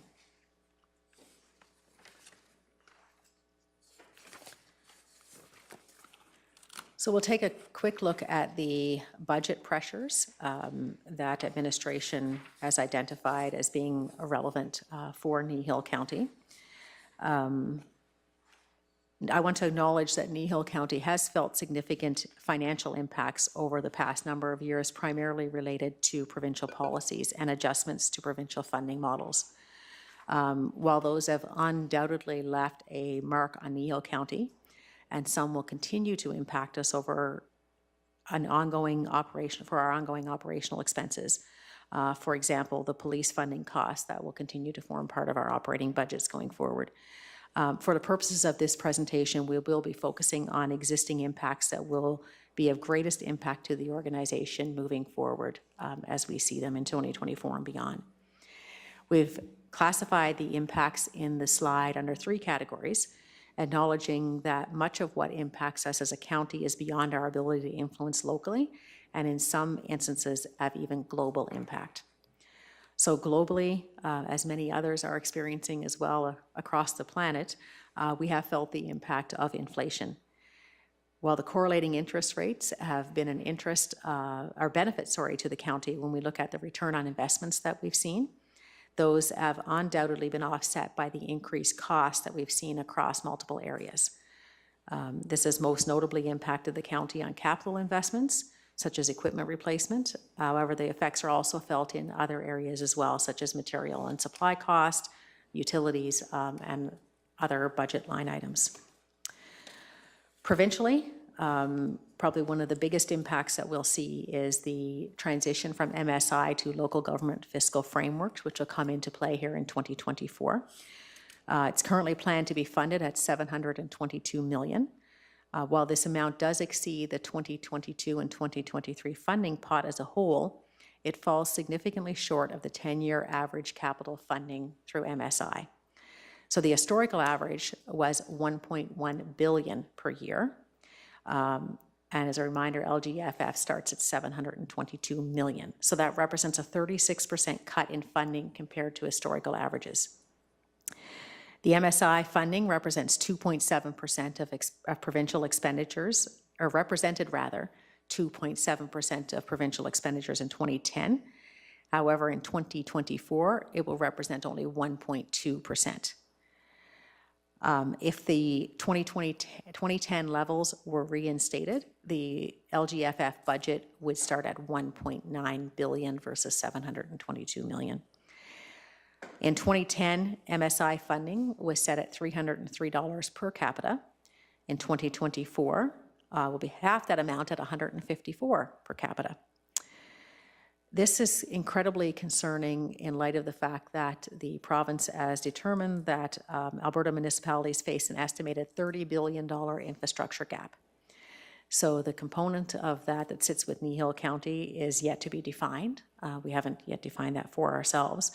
But the lack of provincial funding to support costs to replace existing infrastructure, plus any new growth needs, is concerning, as it will ultimately result in quite challenging decisions by council on how to manage local infrastructure and related service levels, and may necessitate more significant increases in property taxes in the future to sustain service levels. So an area of, I would say, concern and a pressure for sure that we will see in our budgets going forward. The assessment model review is also still lingering with uncertainty around that, what that will look like and how that will impact the county in the future. On a local level, as we identified earlier, we're seeing slow growth in non-residential. We have indicators of decreased activity in areas that make up a notable portion of the county's overall assessment, like our well count. This trending is something that will have to inform future mitigation strategies in order to avoid service level impacts in the longer term. And we also have the infrastructure deficit, which was referenced earlier, measures the difference between what the county plans to invest through the budget process and what we need to invest in order to sustain services delivered using infrastructure. While the infrastructure gap, like I had mentioned, is not yet defined specifically for Kneehill County, we do know that aging infrastructure coupled with reduced funding at provincial levels will undoubtedly result in a gap that will need to be bridged either through adjustment to service levels or increased revenues. So while administration has taken efforts to minimize the budget impacts associated with those items, including monitoring trends for budget setting, et cetera, however, prior to moving forward with budget discussions, it is important to note that any tightening will reach a limit, and further tightening will result in notable impacts to service levels. So we'll focus a little bit in on the infrastructure deficit. We talk about the lack of provincial funding, but what else as a whole contributes to that infrastructure deficit? There are some key contributing factors relating to this. They include things like structural imbalance of sharing of revenues. So 42% of all revenues currently go to the federal government, 50% provincial, and 8% to municipalities. However, this represents a significant disconnect between the allocation of funds and the allocation of responsibility for building and maintaining core infrastructure. As municipalities are responsible for building and maintaining over 60%, yet they only receive 8% of funding. And this is also compounded by the continued reduction in funding levels, primarily as it relates to the local government fiscal framework, which I noted earlier is well below historic funding levels. So this collectively results in a municipal infrastructure deficit that ultimately results in one or more of a number of different options, one being service level reductions, the deferred maintenance and rehabilitation of municipally owned assets, increased taxes, or increased reserve draws. There are undoubtedly challenging decisions that are ahead for councils as a whole as they seek to mitigate the impacts associated with infrastructure deficits. The county to date has held its own, but we'll need to be intentional on strategically addressing this in the future, taking into account the factors that we share today and the trends that have been highlighted for consideration. We feel as administration it's important to highlight this information so council can make educated decisions as they move forward and be strategic in their approach. Administration will continue to support council in their endeavor through things like the building out of a more robust reserve strategy, which those initial discussions commencing next week. We'll be continuing to enhance the maturity of asset management to ensure provisions of valuable data that will help support data-based decision-making and continue the strategic management of county budgets and investments. So thank you so much for indulging me for the last, I'm not quite sure how long I've talked. I hope this has proven to be valuable for you. And I will now, if there's no questions from council, I will transfer over to Marika, who will provide council with an introduction to the projects that will form part of administration's proposal for the 2024 budget. So before we do that, Reeve Whitstock. Well, thanks, Ms. Barney. That was very informative. When I look at our last slide and I look at our options, municipal infrastructure deficit, two of those are basically off the table for a responsible council. So, I mean, there's only two other solutions. And I appreciate the work that you've done in here, but there is a solution, and it comes back to funding from the provincial and federal levels. And until they see the importance of our residents rather than just votes, I think we're headed down a downward path that I don't want to be headed down. But thank you very much. And those are my comments, and I hope the province and the feds are listening. So all of us are sitting here wondering which two you took off the table. I can elaborate. Increased reserve draws and deference of maintenance and rehabilitation. Kind of thought that's where you were going. Councillor Christie. I really appreciated their presentation. Extremely informative. The only request I would have is that the years start 14 to 23 left to right on all the graphs. Because every once in a while I was reading the graph, what the hell? Oh, there we go. You're reading it backwards. Yep. Any other comments or questions before we move on? Thank you for the time and effort that has gone into that. Obviously, a lot of work involved there, and I'm sure about what we're to hear about is equally amount of work. So if there are no further comments, then Ms. Von Merbach, we look forward to hearing from you. Good morning. So today I'm going to bring forward to you the projects that are being proposed within the 2024 budget. These are classified into several various categories in order to facilitate council discussion. These categories include 2023 projects with 2024 funding requirements. So these are projects for which the initial steps were taken in 2023. However, additional funding is required in order to move them forward further. The next category is existing assets, which includes two subcategories. The one is replacement of existing assets and the other is maintenance of existing assets. So these are items for which assets have reached the end of their useful life or they're not performing as required and are required to either provide maintenance on or replace in order to maintain existing service levels. The next piece is new assets, which represents assets which don't currently exist within the county's asset base, but which are being requested in order to maintain service levels or progress council's strategic initiatives. There are then operating projects, which are typically things like studies. They're one-time projects that don't classify as TCA-type projects, but they're being put forward in order, again, to facilitate existing service levels and/or progress council's strategic plan. And the last category is new initiatives. So these are items which typically, if they're approved, they may have one-time implementation costs, but they would be something that would then be incorporated within the core operating budget moving forward. Before I kind of go through, so what I'm going to do today is we'll go through each category and allow council to discuss and identify any questions they may have with each item on the list. But before I do that, I've built a bit of a dashboard that allows a full picture view of what's going forward to council. And I'm just going to put that up on the screen for a moment, just so that I can kind of show you where we're sitting on that before we go forward. And I'm going to have to, what do I have to do? Get out of this. There we go. Okay. So this is somewhat similar to what council saw during budget deliberations last year. However, this one is only focused on the projects being moved forward.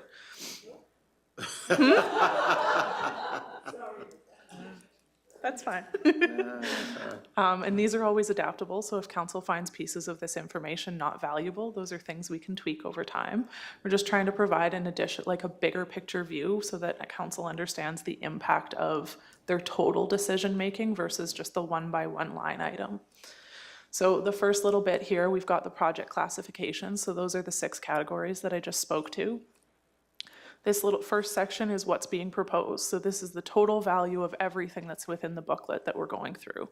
So this is everything that would be requested within 2024, any future project costs that would be then requested in subsequent budget years but would not be approved within the 2024 budget process, and then any budget impact on the core operating budget based on those decisions. The next category is current status. So that's where in the background, I'm able to say if council doesn't want to move forward with an initiative, I can say no on the background here, and it'll show up and update what the impact on total ask and total approvals and reserve draws would have on that. The next one is your total. It's basically just summarizing this piece in a graphical form, what your 2024 costs are, what your impact on the 2024 operating budget would be, and what future project costs would be anticipated to come forward if these projects move forward. It's important to note that this 2024 operating budget impact is something that when we come forward on November 14th are numbers that will be included within that core operating budget, depending on kind of what we hear from council today. We're obviously willing to come back and answer more questions, so we'll but they will be included within that. On the far right is a project funding by department, so this just kind of indicates what departments are being supported by these projects that are being put forward, and this includes all project categories. Then we've got under here, we've got project funding sources. So this is how they're being funded, whether they're being funded through reserves, whether they're being funded through government grants or other funding sources. And then there's the reserve draws. So this is just based on council or on administration's recommendations of how to fund these and what reserves to fund these projects out of. Those are all up for council discussion in terms of whether they want to be funded out of a different reserve. Some of the names of reserves may change pending further discussions next week. However, we've utilized our existing reserve balances as they are today. This final piece is where we're sitting, lists all of our existing reserves. And this is our projected balance after 2024 draws. So that's including the numbers that were brought forward with council's Q2 report based on our anticipated year-end balances based on where projects are sitting. And that takes out all of these reserve draws that are in this pie chart to bring us down to a total. And then we've put a placeholder for our 2024 contributions in there to give an estimated remaining balance based on all count projects that are being put forward and what we anticipate the reserve contributions to be in the initial proposed budget on November 14th. So this will kind of come back up at the end of discussions when we're kind of looking at what that total funding bracket looks like based on what we kind of hear from council on individual items that are being put forward in the various categories.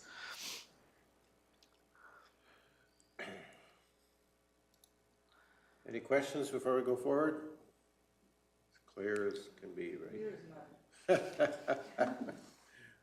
Okay, I guess you're free to move on then. Thank you.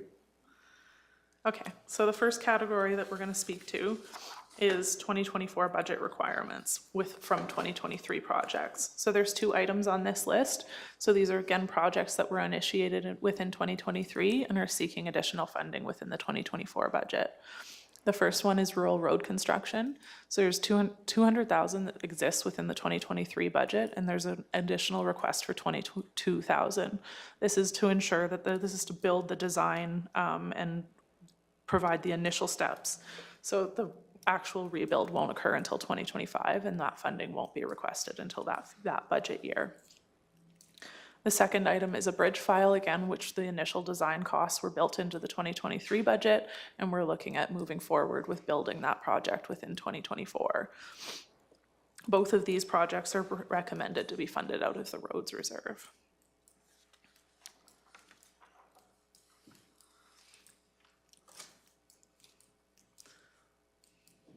If no questions, I'll move forward to the next category. So the next piece is replacement of existing assets. The majority of these are items that are on our capital equipment plan and are being recommended to be funded out of the capital equipment plan reserve. However, there's a few items that exist outside of that plan as well. So the first 2 items are light duty pickups within the utility department, being proposed to be replaced at $82,965 each, both funded from the CEP reserve. The next item is a subcompact utility tractor within the Parks Department that's being proposed to be funded for $38,500, again out of the CEP reserve. The next item is a front mount mower, and the next item again is also another mower for $59,000 and $57,000, and those are again funded through the CEP reserve. So any items that are out of the CEP reserve are ones that are existing on that plan and have been funded for replacement based on their life cycling.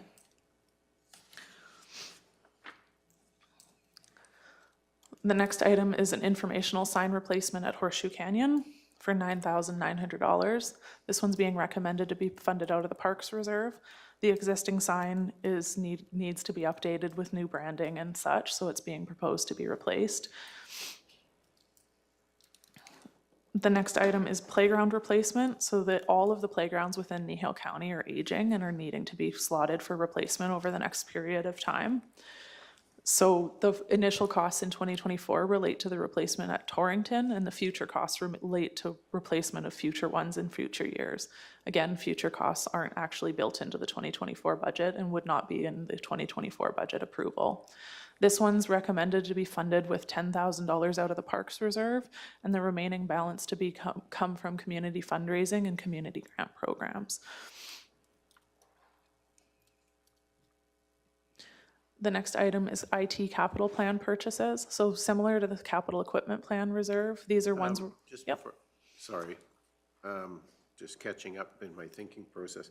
So 10,000 from the Parks Reserve, and the rest to be raised for, I'm talking the playground again, just rest to be raised through community fundraising, as well as applications for community grant programs. Okay. So do we have a partner or someone who's helping to lead that project other than ourselves? No, I believe that's internal. Okay. So that's any fundraising or any of that stuff that would go on in terms of grant applications, that's Kneehill County that's doing that then? Go ahead, Mr. Gannon. Thank you through the chair. There could be a variation of it depending on the environment and what type of grant. There could be community groups that would be only susceptible to those grants, and we would ask them to apply in order to provide that funding. But any funding that we can apply for as a municipality, we will definitely spearhead. But we're looking at working with the community groups on attracting other grant opportunities which we may not have the opportunity to apply for directly, as well as any additional fundraising they may perform in the background in order to support these replacements. So then my follow-up question would be, has there been conversation with the community of Torrington regarding the replacement of the playground? Has any of that been initiated, or will only be initiated if we approve this amount in the budget going forward? Our expectation is that it will only be initiated once it's approved in order to ensure we don't want to get anybody's hopes up if the funding is not going to be approved.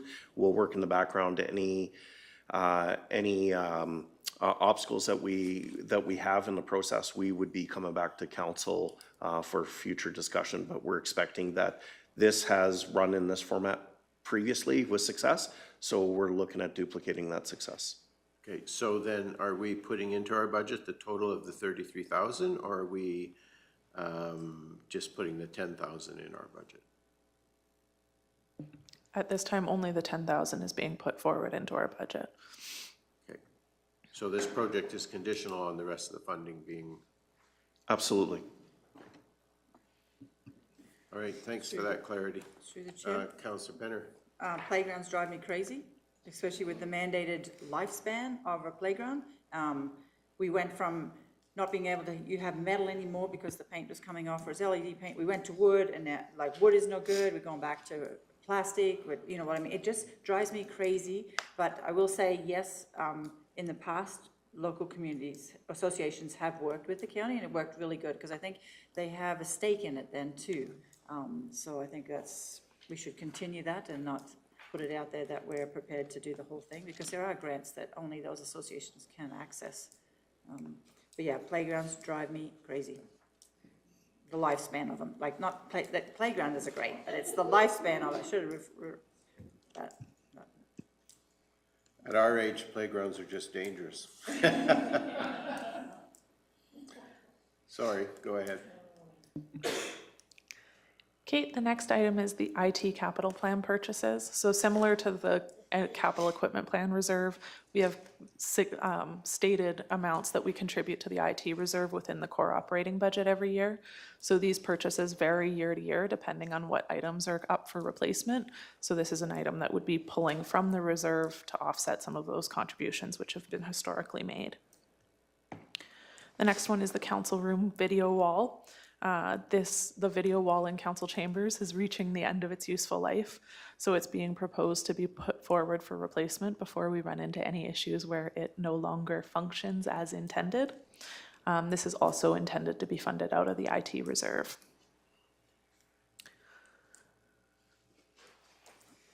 The next item is the Acme tender replacement. So this is again one that comes out of the capital equipment plan reserve and is on our capital equipment plan and is also part of our ICF agreements in terms of replacing it. It is an asset that is owned 100% by the county.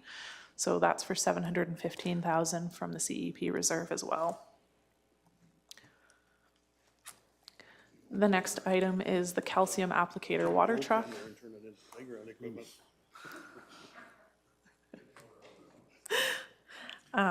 This is actually an early replacement of that item based on its current condition and is a bit of an upgrade from the current unit in order to better provide services for the department. This item is also recommended to be funded out of the capital equipment plan reserve. The next item is the end dump gravel trailer for $110,000. This one is a scheduled replacement of a triaxle end dump trailer as per our capital equipment plan policies. Again, the capital equipment plan. Okay, sorry, I'm going to take you backwards again. I'm still processing slower than you're presenting. I can take a longer break in between. No, no, I do. Eventually I catch up.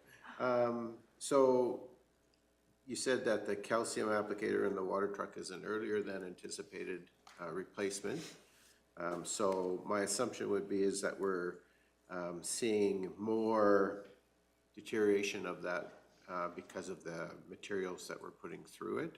and so we're having to look at a quicker replacement. Yeah, and that happens from time to time. We put assets on a life cycle and we anticipate how long they will last for. However, at times they deteriorate faster than anticipated and need to be replaced a year or two earlier than expected. And that's then reflected when we purchase it again in terms of what we apply the life cycle to and how much we have to fund that asset for replacement in the future as well. Okay, so that answers my second question, which would be the assumption that we then are going to change likely the lifespan of it. Okay, Yes. thank you. Councillor Cunningham. I'm just catching up too. So just a question on the capital equipment replacement plan. I know I had asked for the 2023 one, which you guys provided, which was excellent. But I'm just wondering, do we like have, I can't remember from last year, is there like a 10-year forecast for replacement of the vehicles and equipment? Or Yes. do we just go, or are we just going year to year? For the capital equipment plan, there's, I believe it's 20 years out. It's a 20-year, okay. Yeah, because the longest asset life cycle we have is 20 years for the fire trucks. Okay. Did we have that last year? I just don't remember from budget last year. I just can't remember. Okay. Okay, and then my second. So are you requesting that we have access We might to have that it, yeah, I just honestly don't remember if it came forward last budget. Just something Yeah. in the budget materials? Yeah, be interested, yeah. And then just in terms of the council room video wall, when it said it's come to the end of its useful life, so who determines that? Like, I mean, honestly, I have to say, I rarely look up there because I have really bad eyes. But like, I'm just wondering, like, is it, when I look in terms of need, like, is it something that need, or is it like literally gonna fall down, or who determines the end of useful life, I guess, for that? Who wants to grab that one? I think they're tagging me on Ms. that one. Barney, okay. A brave soul. The brave soul. So when it comes to our technology, one of the key indicators is the condition of the asset, for sure. And today, as you look at the wall, it does appear to be in good condition. One of the challenges that or one of the things or factors, I guess, that we always look at as well is where are we sitting at in relation to the product? Is it currently still being manufactured? Is it something that can be easily replaced? Especially when it comes to an asset such as the council chambers video wall.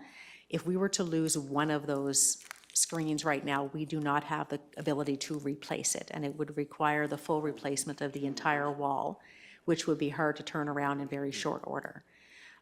So this is a proactive measure to ensure we don't find ourselves in a situation where we're missing the middle square in our 9-square display, acknowledging that the opportunity to replace one of them does not exist today because it is no longer being manufactured. You're welcome. Councillor Penner. And going Yep. forward, they're talking about one screen, not 9 again? I can, Yes, it will appear as one screen. So the lines that you see, excuse me, the lines that you see currently in the screen will not be visible in an upgraded, that's just an upgrade in the technology that we've seen over the last 9 years. This wall was installed 9 years ago. Well, further to that, maybe with the one screen, it'd be much easier to see if you're viewing it from the camera. Because it does distort it a little bit, the lines, when you're viewing it. Yes, You know for what I sure. mean? Yeah. It will definitely improve the visual display to have the upgraded system. However, we want it to be clear that while that is an advantage, it's not the primary driving factor behind the request to replace the video wall. We wouldn't propose that type of investment just to eliminate the lines, but it is a perk of us upgrading the wall because of the improvements in the technology over the last 9 years. To follow up on that, my understanding of what the technology that we're looking at, it's an LED, which is basically a plug and play, and it's built up of blocks. So you essentially don't have the lines in between, but as was said, that's not the primary reason. But it is a series of smaller LED blocks that you essentially attach together, and that creates the whole thing. So the whole thing is not necessarily one screen. It appears that way, but it's made up of many smaller pieces, and that's just one of the technological advances that have occurred since we did this. But that's my understanding of what we're looking at. So just for clarity, if we get the new wall, we can replace one TV if it happens to go out. Where currently we cannot do that. Mr. Hogan? So my understanding of that is yes. So if, because it's that block format, if something happens to go, we can pull that block out and replace that block. If that's incorrect, my phone will ching in a few seconds and I'll let you know. Mr. Gannon, did you have a comment? I see your mic is on, I'm just wondering. Okay, thank you. Any other discussion concerning the video wall? And of course, all, maybe we have some more comment.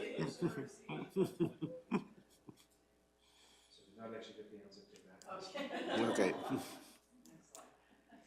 All right, then if there's no other discussion, Marika, please continue. Absolutely.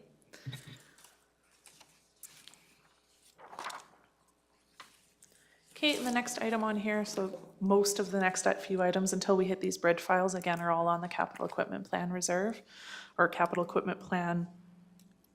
The first one on this page is a heavy-duty 1-ton pickup with a dump box that's within the maintenance department for $135,750. This is a scheduled replacement of a 1-ton with a plow mount as per our life cycle policies and is recommended to be funded out of the capital equipment plan reserve. The next 4 items are heavy-duty 3-ton pickup replacements. These are actually scheduled replacement of half-ton pickups to be replaced with 3/4-ton pickups for $82,965 each. The next item is a pup trailer gravel dump for $87,500. This is a scheduled replacement of a tandem pup gravel dump trailer. And it's a little bit of an improvement, and it's something that we've been doing as we replace these assets over the past few years. The next. A question. I know we're putting in estimated costs like we have in the past. Are our estimates likely to be relatively close, or are we anticipating that we'll get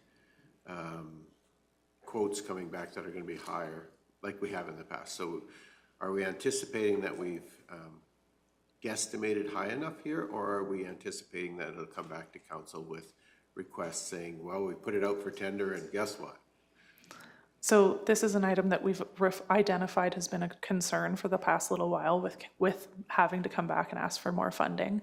So one of the things we did with all projects this year is built in an automatic contingency. So these projects are built off of what we anticipate the price to be plus a base rate of 10% contingency rate. And I believe that's been applied to all projects, although we can vary it depending on exactly what the project is. So all the capital equipment plan items have that 10% contingency built in over top of what our anticipated replacement price is going to be. And that is to hopefully alleviate any of those surprises in the future. Well, and not that I necessarily I'm going to hold you to this and say, no, you can't come back, but just wondered if we were anticipating and trying to pre-plan it. So thank you. Yes, we are. Okay. Thank you. The next item is a rough terrain forklift for $197,800. This one's a scheduled replacement of a telehandler forklift, and is actually an improvement to a rough terrain forklift in order to facilitate service levels and improve our utilization of that piece of equipment. Next item is a tracked dozer. This is actually an unscheduled replacement of the dozer, which is ahead of our capital lifestyle policies. Again, this is an item that has just come up as needing to be replaced earlier than we anticipated and will be adjusted to be reflected once it's replaced within our capital equipment plan. Then we have 3 different bridge files that are coming up to replace. The first of which is bridge file 70576 for $847,000 in 2024 and $55,000 of future costs. This one is being recommended to be funded out of the CCBF funding that we have, which is Canada Community Builder Fund. This item qualifies under that fund, and we have some funding that we hadn't used in prior years that we can allocate to that project. And the next one is Bridge File 70988. This item represents for 2024 just the engineering costs, whereas the future costs of $440,000 would be included within a future budget year. This one's being recommended to be funded out of the roads reserve, simply because the pre-engineering stuff doesn't qualify for CCBF in 2024. However, in 2025, if there's remaining funding there, then that could be utilized for the remaining costs. Then there's Bridge File 72256 for $715,000 with some future costs anticipated when the project's being completed in 2025. Again, this one's recommended to be funded out of the CCBF fund because it qualifies under the program requirements for that item. One thing that was mentioned to me earlier, and perhaps as council we could request, like the land locations are great, and if you're familiar with those roads, it helps. But one of the things we often aren't clear on is bridge files could be like a bridge-sized culvert, or it could be an actual bridge structure. And we're wondering if it was possible to get picture evidence of what it is we're actually talking about. So barring me taking a road trip or already knowing the road and knowing the structure that we're talking about, it just, the land locations are helpful, but I think that some picture evidence of what we're actually discussing would be helpful as well. Absolutely, that can be done. I'm sort of aiming at a guy that's not in the room today who's making these requests, but it just helps to clarify exactly what we're talking about and what the project might be that we're dealing with. Are there any other types of projects where council would like that as well? I mean, we all like pictures of iron, but I don't think that's necessary. Is there other, I think bridge files, because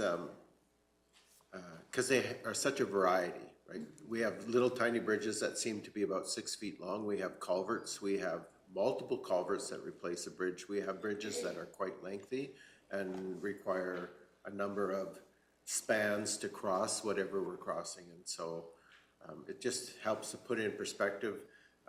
There is quite a variety in cost when we talk about them, and so it just helps to put in perspective what it might be in terms of the structure. Absolutely. We will get those. So, yeah, just future reference, and thank you. Absolutely. Councillor Cunningham. So I think this, the 20-year forecast that I talked about earlier, I think this might be helpful, but I do get asked a lot by ratepayers, when we replace equipment, is it because of age? Is it because of mileage? Like you mentioned scheduled replacements, and then I know you mentioned a capital life cycle policy. I'm just wondering if there's a way that we have more determination of, we can tell the ratepayers this is why we decide to go out and buy, 4 new half tons or 3/4 tons or whatever, like just something a little more concrete on that. And I don't know if it's a capital life cycle policy or what that would be. At this point, what the capital equipment plan, it actually doesn't necessarily utilize only what our TCA life cycles are, because we try to use a more educated number on what we use, how long we use that asset for. So we try to set standard amounts based on the different types of equipment for how long we expect to use them. However, when something comes forward earlier or sometimes actually gets deferred later than we originally anticipated to, that's based on the condition of the asset or the mileage of the asset. So at this time, our capital equipment plan, the funding mechanism of how we put that in the operating budget is based on annual, like a yearly life cycle amount. However, as we're moving forward into better asset management, more of those other pieces will come into the equation in terms of how that 20-year forecast is developed. So we really, every year we look at it, we say what's coming up for replacement in that year, but we really look and assess, does that asset actually need to be replaced this year? Is the mileage low? Is it a lemon? Is it this? And try to identify what should be. So the 20-year forecast is really what we think is going to happen, but we're constantly reflecting back on those numbers to make sure we refine it for the best optimization of that plan. Reeve Whitstock, go ahead. Sorry to interrupt. But I've also been told that some of these vehicles are not at the end of their life, but they are very suitable to transfer into a different department. So if you can transfer them in before they're gone, shot, beyond hope, you get some more life cycle out of them also. I don't know if I should have jumped in, but thought I'd better. Mr. Hogan, yes, go ahead. And I think through you, Mr. Chair, I think that ties into, Ms. Van Wernbach used the term a more educated approach to how we do that. All of those things tie in. So we recognize that we have some departments where the units are high mileage, and we have other departments where those units are maybe lower mileage. So rather than mile out newer vehicles in that department, if we can spread them around, that's part of that fleet management component that we're doing, but that we'd also like to improve with better data, and that's part of the asset management and all the stuff that comes with it. Some of the other things that we look at are the warranties attached to those vehicles. So we want to keep, we try, and there are cases where we don't, but if we have that vehicle on warranty for its life, that helps some of those costs. So you would have seen in the in variance reports that you've had or upcoming, especially with our greater fleet, we've incurred some major maintenance in those areas that are not covered by warranty. What we've done in the past few years, and I think that was probably three or 4 years ago, we actually extended the life cycle of our graders, as an example. I think that was about 3 or 4 years ago that we did that. And when we track that data, what we're discovering is that we might have extended it a bit too far, and that for better economics for us and our ratepayers, we might need to pull that back just a bit. Not to necessarily where it was, but we might have gone a bit too far, given the maintenance that we're seeing on those older units versus the economics of having a new unit on warranty, right? When we look at things like if a transmission goes in one of those graders, you're looking $110,000, $120,000 fix. So we track that stuff. We did a similar thing with our laptops, as an example. I know, different topic, but we used to replace those on a 3-year cycle. We came to council, and again, I think that was 3 or 4 years ago, and said we'd like to push that out to 5 and see what happens. And we said, with the caveat that if we get into the 5th year and we're seeing everything break down, we've gone too far. We need to pull back. So far, that's been working. So that's an example where, we used to do it on 3. We said, you know what, we can get a couple extra years out of these instead of replacing them more often. And so that's what we've done, and so far it's worked. But we try and tie all of that stuff in. In the future, getting into more of, when we look at each of these units, for most of them, there is some disposal value we get as well. So we see the cost going out the door, but there is salvage value that comes back in also. Okay, Councilor Cunningham? Yeah, so I was just going to say, so what I'm hearing from all of this is asset management is a vital component to the county. So look forward to that in the near future. Thanks. Well, I think that asset management has always been recognized as being of vital importance. We just really haven't formalized the process. Yeah. And we really haven't formalized that position and sort of policy in any way, shape, or form previously. And so we're maybe formalizing it more than what we have in the past. So, and yeah, I think, Councilor Cunningham, to your comment, the importance of that is pretty obvious. So. Any other comments or questions before we go on? No, seeing none. All right, you're back. Go ahead. Thank you, please. Okay, I'm going to move on to maintenance of existing assets from replacement of existing assets. So there's five items within this category that's being put forward this year. The first of which is major bridge maintenance for $220,000. This represents funding to repair various bridges within the county as needed, and at times this can add upwards of 10 years of useful life to the lifespan of these assets when performed proactively. So this varies every year. We've kind of seen this in the last few budget cycles be included as something that we're utilizing to provide major bridge maintenance on items within the county. The next item is, and that one's funded out of the, recommended to be funded out of the roads reserve. The next one is administration and FCSS parking lot design, assessment, and repair. Now the 2024 costs are just basically a determination of what might need to be done within those parking lots.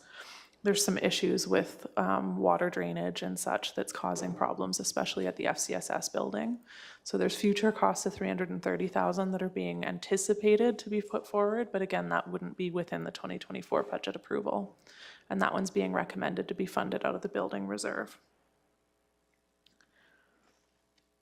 The next item is a renovation for the Protective Services Office within the main administration building for $49,500, recommended to be funded out of the building reserve. This would be a renovation of the existing cubicle spaces for Protective Services into one collective office space, and this would just provide better privacy for the workers within that department.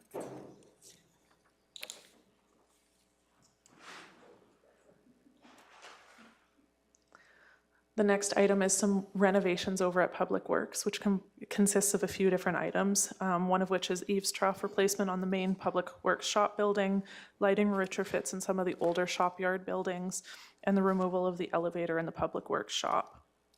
The eaves troughs and elevator components are recommended to be funded out of the building reserve, and the lighting retrofit is recommended to be funded out of CCBF, again, because it qualifies under the project requirements for that grant. The last one is Three Hills Transfer Station improvements for $44,000. This includes replacement of the gate at this site and improvements to the existing building structure on the site, and again is being recommended to be funded out of the CCBF grant funds. Okay, again, just for clarification, so when we're recommending that those grant funds be used, those are grant funds that we currently have in place. And so we're not going out with our hat in hand asking for funding. We have those funds in place and we're utilizing them. Yes, absolutely. When it comes to MSI funding or CCBF funding or LGFF funding, those are funding allocations that we are aware of we have from the government. And as long as we meet the project requirements for those programs, then we can put that forward and utilize those funds, yes. Okay, appreciate the clarification. Councillor McGee. This is just a criticism on some language. On page 32, your FCSS parking lot design explanation, you use the benefit is safe access to mental health services. I know the province would have a problem with that particular description. It's very clearly supposed to be social supports. If they're ever appearing to provide mental services, they're in trouble, so we don't want to set FCSS for some scrutiny there.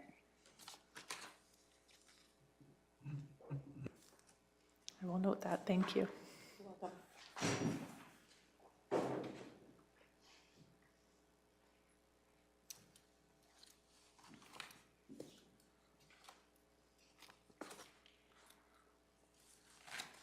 Okay, any other questions, comments? Councillor Cunningham?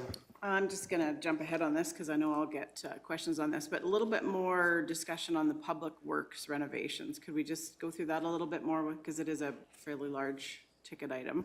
Like I heard you mention it needs new eaves troughing, and then a removal of an elevator. I'm just wondering if we could get just a little bit more information on that. And can you remind me what the age of that building is?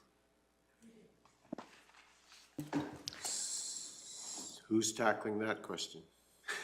I can tackle it at a high level 2014. unless, I'm guessing. This one was done in 16, so that one's either 13 or 14. I believe it's about that, yes. The eaves troughs, there's some issues with how they're draining, which is causing some safety concerns when staff are walking around the building.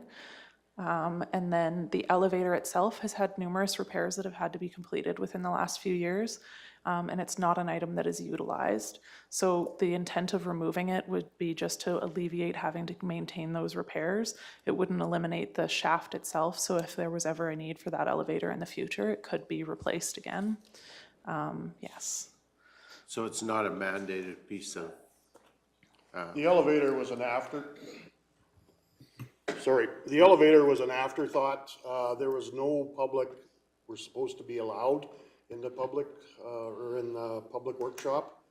But who moved in there? Peace officers moved in, Ag Service moved in, that kind of stuff.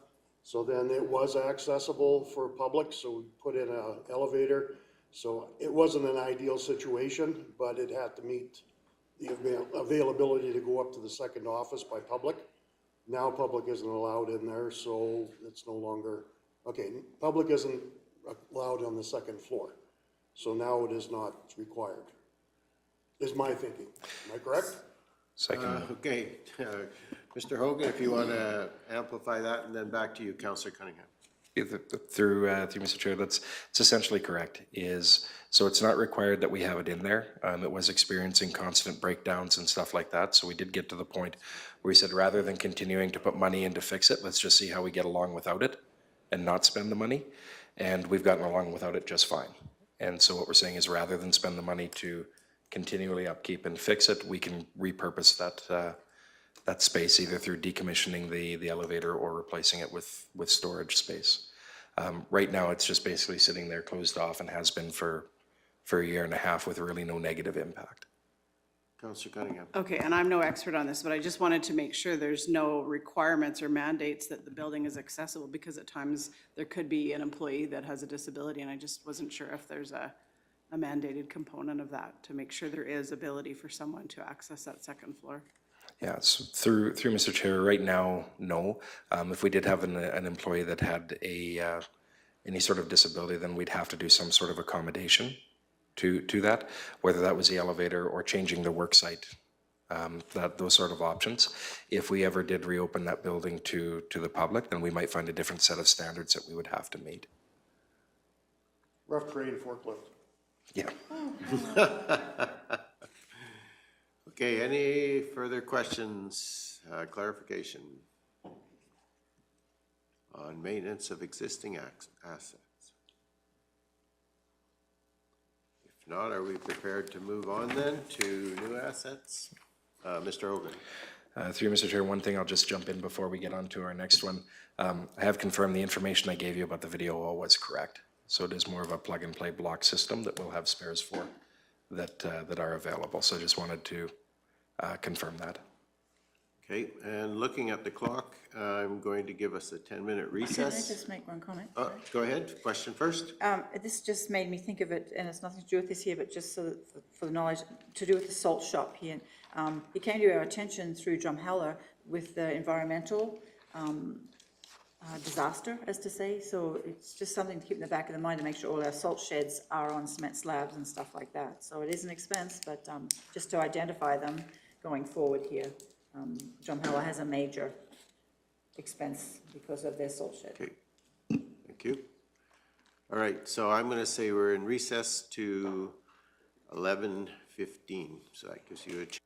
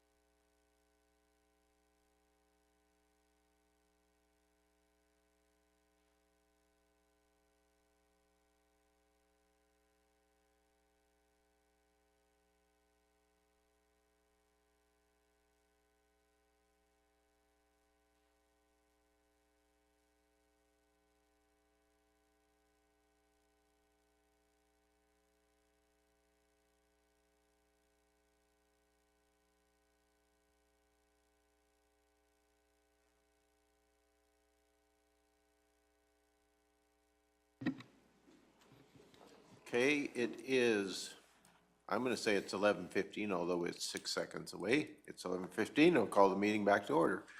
And Ms. Von Meerbach, if you want to continue, we're talking about new assets, I assume. Yes. Okay, so there's 6 new assets that are included within the 5. Oh, I'm on the wrong slide, that's why. 6 new assets that are included within the project proposals for 2024. The first item is an event market space development out at Horseshoe Canyon. This item is intended to level the area used for events at Horseshoe Canyon and install electrical services, and is recommended to be funded out of the Parks Reserve for $38,500. The next item is again at Horseshoe Canyon to install some shade structures there. This is an item that is an ongoing piece that we're intended to provide protection from the heat for visitors at Horseshoe Canyon during the summer. And this is for $13,900, again, funded out of the Parks Reserve. The next item is an initial steps for the design concept of a drawing that meets council's vision and aligns with the Horseshoe Canyon Master Plan. So this is just a design that bases on the plan that we've existed and the next steps moving forward. There are significant future costs associated with this project, but only the $110,000 would be approved within the 2024 budget process and would come back for additional council deliberations based on that item. And this one's recommended to be funded out of the Revenue Stabilization Reserve. The next item is fencing at the Swalwell transfer site or Swalwell water site.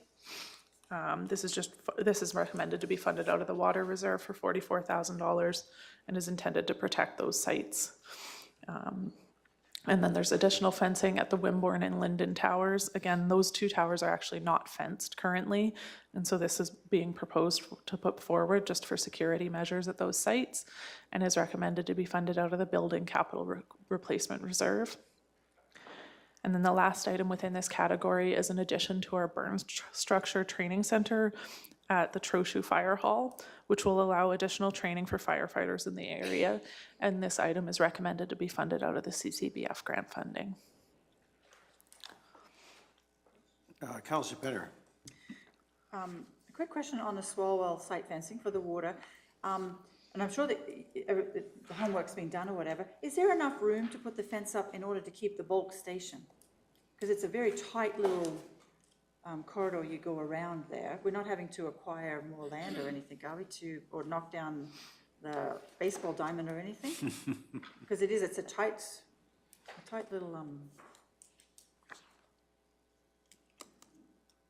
Mr. Gannon. Thank you, through the chair. From my understanding is that they'll be looking at that in the different designs that will be required in order to accommodate the operations in the area. I didn't understand at this point that there was a sharp turn there, but we can make sure it's in part of the project delivery. But the fencing is one of the requirements under the Safe Drinking Water plan with the province to ensure the security of that facility is taken care of. But we will look at ensuring that the bulk water station is still a feasible option. okay, thank you. And absolutely, our drinking water needs to have some kind of safety fencing put up. But I do not want to lose the bulk water station for the farmers in the area. Understood. Councillor Christie. Just an observation, though, the bulk station at Torrington, the wall of the building is still outside the fence. So you drive by it, and that part's not fenced. The fence goes from the building on either side. So you still have full access to the building to fill, but turnaround, I don't know when what will happen there. Still have ability to graffiti the wall. We're just gonna fence across the road twice. We have no idea. Okay, Councillor Cunningham? So just further information on the Horseshoe Canyon Interpretive Center and washroom. So the 110,000 would be like for a design kind of engineering kind of report? Mr. Gannon? Yes, thank you, through the chair. Great question. We're looking at a feasibility study for funding, a funding model for that area, as well as a potential preliminary designs of what that might entail to bring that back to council for consideration. Yep, go ahead, Councillor Cunningham. So just further to that, so the 3 million plus estimation, like, I'm just curious, is that something that we've priced out recently? Like, I know everybody knows since COVID, I mean, building prices have gone crazy, so would we estimate this to be a fairly accurate number of where we think that would come out at? Thank you, through the chair.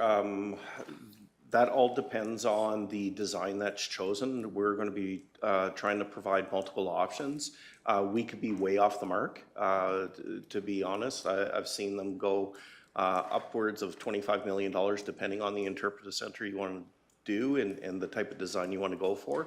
But we're looking at something that aligns with the strategy within the master plan that potentially could be expanded for future years. So that would be part of the design aspect. So we're hoping that it hits the mark, but depending on council's choices that are brought forward, it could change drastically. Go ahead, Councillor Cunningham. Okay, thank you. Thank you for mentioning the master plan, because I hope that we're really utilizing that, since it was quite a comprehensive process.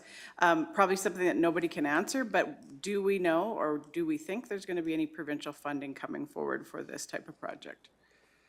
Again, Mr. Gannon. Thank you, through the chair. At the moment, we don't see any funding available. However, that's part of the feasibility funding model that we see. Mr. Gannon, I'm just gonna cut in, because we do, based on a conversation that literally happened 3 hours ago. Yesterday. And this, I haven't had the chance to update you on that. There is an item that we added to the agenda later today around possible provincial funding openings. So I believe Reeve Whitstock, in a conversation last night with Speaker Cooper, was indicated to us that there might be some provincial funding available for things out there. But that the exact details of that, or amounts or anything like that, none of that is stated out there. But Minister Cooper did, my understanding is Minister Cooper did convey that he would very much like to see something go forward out there, and there might be funding to do that. That is vague, but it is information that just arrived in the last couple of hours, yeah. Yeah, sorry, I didn't share it with you. Sorry, I didn't share that with you yesterday, but I did speak with Minister Cooper, and I'll wait till 2.5 before I expound into that any. And it is vague, but. So we've had a number of indicators in the last little bit that there's some interest provincially in Horseshoe Canyon, and so perhaps us to predict the future, well, that's Mr. Gannon's job, right? Go ahead, Kevin. Thank you. That's great information to hear. That's one of the reasons why we want to do a feasibility funding study, to find out exactly what's out there and what type of partnerships might be available for the future of that asset and that site. So that's great news to hear, and I'm looking forward to council's decision on moving forward with this. Okay. Any further questions or comments? Go ahead, Councillor Cunningham. Sorry. That's all right. I just want some more clarification. So when we talk about the shade structure, is that down below in the canyon, or is that up top? Because I only ask because when I was down there for market, I grabbed my lunch and then I went and sat at the one shade structure, which I thought was very nice. So I'm just wondering if it's up top or if it's more down below that we're looking at. Mr. Gannon. Thank you for the question, through the chair. The structures that are proposed under this are a continuation, and it's going to be down in on the floor of the canyon. I'm sorry, I'm being corrected. Just give me a moment. He's being prompted, so just hang on. Okay, thank you. Sorry, Okay. I stand corrected.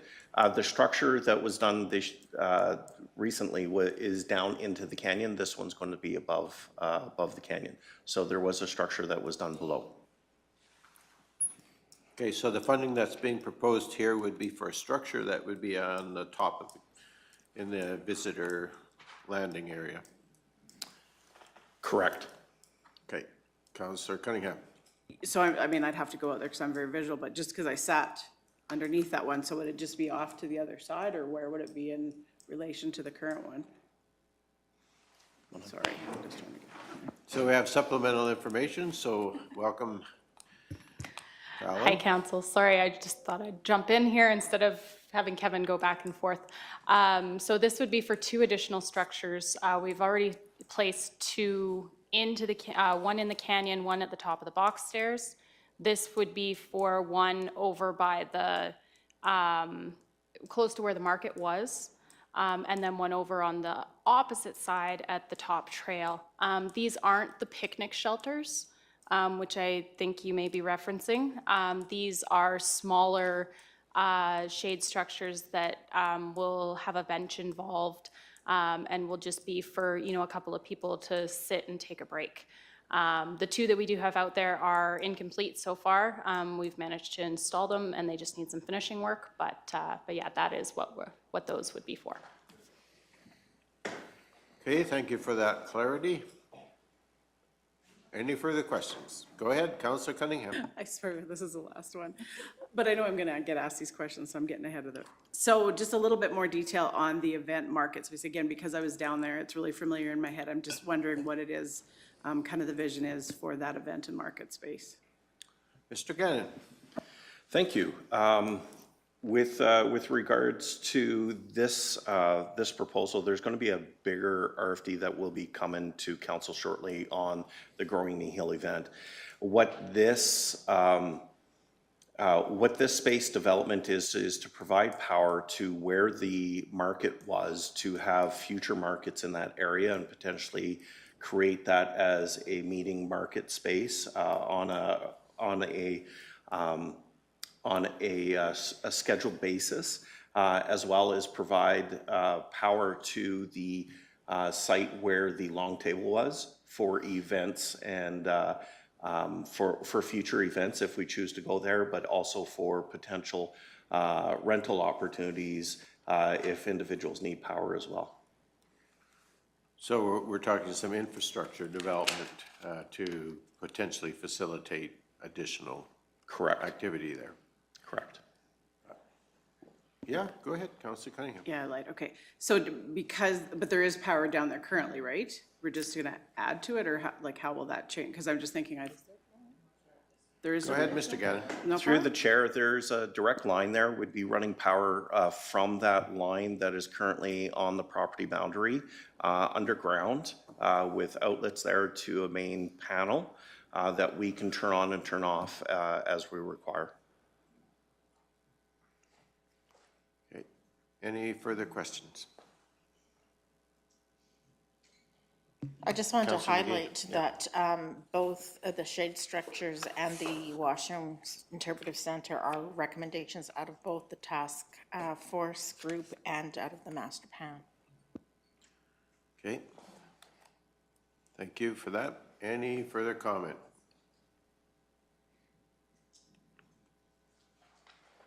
I'm not seeing any. So I assume then that means we are therefore moving on to the operating projects portion of our presentation. And Ms. Von Merbach, whenever you're ready, please. Thank you. Okay, so within operating projects, again, these are items that don't meet the TCA threshold, but are one-time items that are being requested to be done within the 2024 budget year. The first item is the Growing Kneehill event for $66,000. This is recommended to be funded through the Parks Reserve as well as ticket sales and sponsorships. The next item is a utility master plan for Torrington. This is intended to be build upon and update the existing Hamlet study, which was done in 2016, to assess the current systems in Torrington and provide a plan for future repairs and maintenance. This is for $105,600 and recommended to be funded out of the Water Reserve. The next item is some concrete crushing out at the Kneehill County Solid Waste site. There's been concrete that's been accumulated over the years out there, and we're looking for $55,000 out of the contingency reserve to crush that concrete. We're anticipating that that will be crushed and then utilized for site pads and other items within the county. The next item is Public Sector Digest Maintenance Manager Enhancements. This item is to provide outside resources for data collection and system enhancements of the work order system within the Facilities Department. This is going to be intended to be spread out over 3 years, with $22,000 being incurred in 2024, an additional $44,000 in future years. This is anticipated and recommended to be funded out of the Building Capital Replacement Reserve. And the last item within this category is a pavement condition assessment report for $110,000, which is recommended to be funded out of the Roads Reserve. This is intended to provide information regarding the current condition of county-maintained ACP and chip-sealed roads in order to provide a better path move forward for those items. Okay, any questions or comments? Councillor Cunningham? So just with the Growing Kneehill event, I know this isn't like the finalized budget, because I think if I'm correct, I think it was Councillor Phobes that asked for a robust discussion to come back to a COW meeting in regards to this. So I guess it's kind of, we'll just kind of on hold, so to speak. No, okay.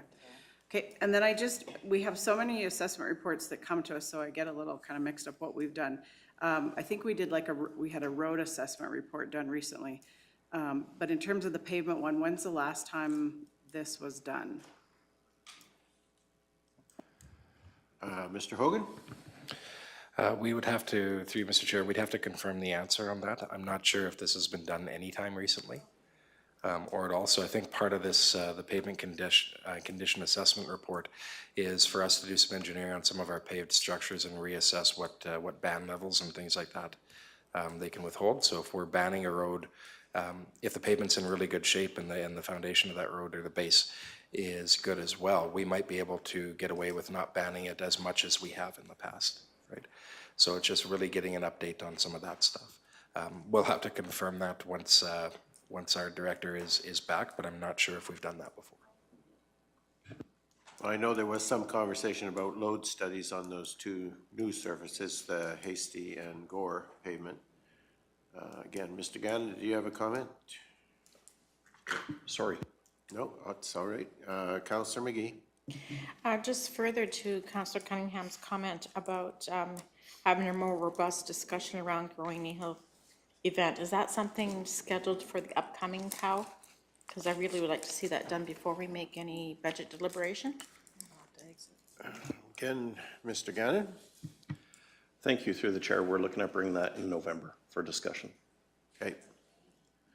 Well, we know it's not on today's agenda, so. Okay, I know that Growing Kneehill is supposed to be on the Ag Service Board discussion coming up, so there'll be some conversation there prior to our COW meeting as well, for those who are on the Ag Service Board. So, any other comment or questions before we move on from here? Our next section would be new initiatives. Again, Ms. Von Merbach, whenever you're ready. Thank you. Okay, so this section is new programming, which if approved would be included within the core operating budget, both in 2024 and in future subsequent years. Aside from in a couple of these, there are some project costs that are one-time costs that would not be included in the core operating. But primarily, these projects are ones that are looking to be included within that operating budget moving forward. The first item is a cemetery community grant, which is intended to provide a new community grant program to provide funding for community groups who seek additional improvements to county-owned cemeteries that's outside of the scope of our regular care and maintenance. And this is at an impact of $4,000 a year. The next item is an Ag Services Seasonal Support Strategy. This is intended to provide additional support for Ag Services with some changes in the structure of our seasonal support staff in that department. And that's at a cost of $9,392 for 2024. The next item is an additional staff member request as an environmental technician. This represents a new role intended to complete environmental assessment impacts within the county. This role is being proposed based on changes in regulations regarding the responsibility of the county with ensuring environmental protections are in place. And this is at a cost of $95,869. The next item is some changes to our roadside weed control plan. there's some 2024 project costs, which is $77,000. This would be for the purchase of an additional mowing or it's a wet blade mower system. And then the additional $30,000 of operating budget impacts would be to transition that program from a 3-year cycle for all the roads in the county to a 2-year cycle program. The next item is an additional staff member within IT services, and this resource is being requested in order to support increasing demands for IT support throughout the organization, and this is at a cost of $105,000. The next item is an implementation of WaterCAD software. This would be at an implementation cost in 2024 of $5,500 and another $5,500 in future years, as well as an ongoing operating budget impact of $11,569. This item's being requested. It would allow internal staff members to provide water modeling rather than externally sending that out to an engineer, and would actually likely represent cost savings in the overall. Just before you go on again, I'm catching up. So you talked about the 30,000 and the roadside, was that weed control going from an every 3-year to an every 2-year? Yes. Okay. I just missed which one we're talking about. Okay, go ahead. The next item is some enhanced public engagement within the Planning and Development Department for a cost of $30,000. Then there's an additional administrative support for protective services request for an additional staff member within the Protective Services Department at a cost of $100,000. And then there's a full-time equipment operator position request at a cost of $71,547. This staff member would support the maintenance and gravel crews. And then the last request is a position within the shop at a cost of $101,330, which this role would be responsible for inventory management and support of the shop department. So we're basically talking 5 full-time equivalents and a part-time in parks, summer support? Yes, that's correct. Okay. Councillor Forbes? Who currently is holding the shop position that does the registering of what they have? Who's doing that currently? So that, through Mr. Chair, in the shop, as an example, previously I've talked with council about aligning some of the staff functions with the proper compensation, I guess, is there. A lot of those functions are currently being done by the shop supervisor.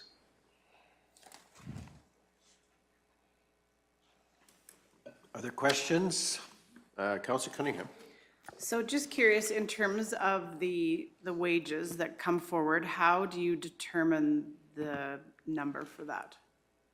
So let's just say like for the Protected Services Admin support, where does that come from? So through Mr. Chair, what we do there is we look at roughly where in the grid, or what we call the grid, that position is going to occupy. From there, once we have that salary, there is, I would say it's a formula, but basically it's a calculation that includes all of the, that's not just a wage, that includes all the employment costs. So the benefit payments we'd have to make, the LAPP contributions, all of those types of things. So before those positions are brought on, we do a reevaluation of where those are slated. Once we have the job description formally done up and taking a look at going from you know, we have a good idea of what they'll do. A lot of it is tying back into those specific job descriptions and where they'll slot in. So there might be adjustments once we get to that point. So when you do that, are you comparing with other municipalities or? Okay. So what we do, through Mr. Chair, I'll have to step back to the broader compensation model that the county uses. So again, I'm going back one of those, I think it was about 4 years ago. We had a discussion with council and asked council where in the marketplace they wanted to place Kneehill County. At that time, the council of the day chose the 50th percentile. So what that means is that of our 10 comparable municipalities, 5 of them will generally pay more, 5 will generally pay less. So we use that as a broad, where are we in the marketplace? And so every few years, and we're actually about to start the process for 2023, we do an external compensation review. We have a consultant come in and they gather the data, they produce what the results are, and we can ascertain whether we're achieving that point in the marketplace or not. In the years between that, when you've seen in the budget, that's when we do an informal internal assessment. We'll contact the municipalities and see what their general adjustments they're making and go through. The external one is to verify the info every few years, not every year. So that's the broader one that we do, that puts the county as a whole at some point in the market. From there, when we do a position, is we look internally at what the responsibilities of that position are going to be, what the educational requirements of that are going to be, what the risk associated with that position is going to be. So if and that ties into the responsibility that they're going to have. Are they basically there's a bundle there that we refer to as internal equity. So as an example, the admin assistants of the county are on the same band. The supervisors are on the same band. But we look at that internal equity to assess those factors related to other staff and use that to determine where they're placed internally within the scope of the broader marketplace. So I don't know if I added more confusion to that or if I was able to explain it, but there's two different things that we look at. Okay, any further questions? Councillor Cunningham? So just to clarify, so that a full-time equipment operator, that's an additional position. That's a newly created position. So are we finding that there's work not getting done because of lack of staff, or what would be the justification for needing another staff member there? So that full-time equipment operator would be, I'm just going to the sheet here to clarify that I've got this correct. It's to replace a seasonal. Yeah, so we'd be looking at same strategy with with some of the other positions, is taking what is currently a seasonal position and expanding it into a full-time one. So the entire position is not going to be within, actually I gotta be careful how I say this, the 71,500 would be addition to the budget now, but we would be, the actual number if it was brand new would be higher than that, but because we'll be eliminating other seasonal positions to bring that one in, there's a cost saving on eliminating those other positions. Okay, so I guess just, so what you're finding, like to make that from a seasonal to a full-time, the need is there, like there's work that isn't being done that you see the need for that full-time as opposed to seasonal? Yeah, we're finding that full-time position would give us a better opportunity to do some work, especially on the seasonal positions throughout the organization work a little bit differently in terms of their timing, because of course some are students and that in terms of getting people into the position and having them at different times of the year where they can do a little bit of floating between our functional units. So when we said on this one, between construction and gravel, they wouldn't be limited to one crew, as they could float back and forth as needed to hit some peak demands.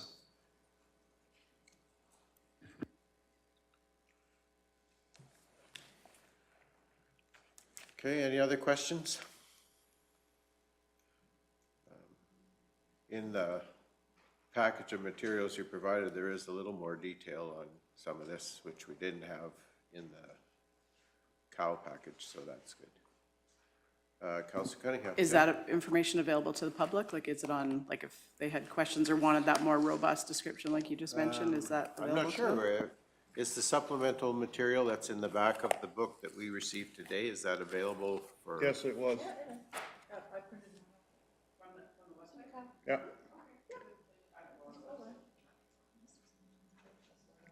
It was in the cow package on the website that was circulated to, yeah, that's where I got it. Councillor Forbes, yes, go. It's not on new initiatives. I had a text message from one of the ratepayers just before we went for our last break, asking how many vehicles we have in our fleet and how many of those that are being used in the fleet are used for personal use, for them to drive back and forth to home. Mr. Hogan. So we'd have to clarify I don't know if we have the exact number of the fleet size at our fingertips. We'd have to clarify that to make sure we gave you the right number. In terms of vehicles that are, I guess there's two parts there that are being used. We are at fairly good usage of our vehicles, and I'm saying that based on, I'm one of the individuals that has a county vehicle, as an example, that I do use to commute back and forth. It is a taxable benefit. There are times, there are points in the year where that vehicle is used for broader operational elements. So even a couple of weeks ago, some staff commandeered that vehicle from me so they could use it for other organizational needs, and that's fine, that happens. In terms of staff, there are a number of individuals especially in the field, that do commute back and forth with a county vehicle. Again, that's a taxable benefit, so that mileage is recorded and as a benefit to them. The exact number to that, there'd be a handful at least. Water department. Yeah, likewise, and in that I didn't include if an individual is on call. So an on-call individual would have a county vehicle that they're using. If they're on call, that wouldn't be a taxable component. But. Councillor Forbes. Just because my husband works in an industry where he also gets the tax on driving a company truck to work. Yeah. I guess the question from my ratepayer is more on how many people are using those to drive outside of the county, because then their question to me, and it's come up before and I don't feel like they got the answer, is that our insurance is attached to that vehicle. On their way home, they get into an accident, that affects what we pay, does it not? There will be little, just the same as any indication there. The fact they're driving outside the county doesn't actually impact our insurance. Okay, so I guess the question that I would have for you, Councillor Forbes, are you looking for more detail? So can we allow administration to come back with? Absolutely, yep. Okay. And Councillor Cunningham? I think I'm getting where Councillor Forbes is going, and I have had it asked to me as well. So I think, like, kind of further to that, I think when we talk about the replacement of vehicles and their end of life and how long, I think people are wondering how many miles when when an employee's taking, if they happen to live in, I don't know, pick somewhere, Olds, whatever. If they're taking it outside the county, so how many additional miles is that putting on a county-owned vehicle? Because when we look at the replacement cost, and like we said, the time that we have those, it's questions that do come up. So I do understand that question, so. Yeah, and we can, to that point, there isn't, I don't know that there's a good answer for that in terms of we're looking at, because we do have parts of the county where you can live outside the county and be closer to your office or place of work than people living inside the county. So that can occur as well. It really depends on the staff at the moment as to where they're located, and of course that changes over time. So, and I would assume that that could vary quite widely depending on just exactly who that individual is. So, I know for my business, we do use our trucks for some personal miles and we log them all, and to my knowledge, it's about 6% that we're using, so. Yeah, it will also depend, and this we don't, I don't believe that we formally track this other than through some of the kilometers. Not all of those staff that do that, and there aren't many. There's only a couple that live outside that aren't on call.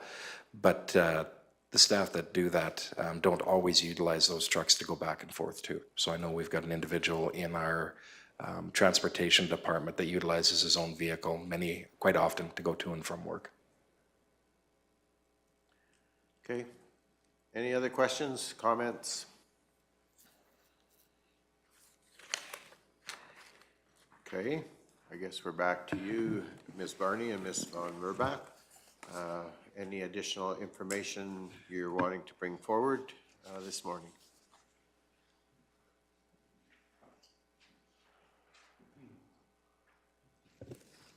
I was just enjoying the conversation and kind of getting lost there, and now realize that we've wrapped everything up.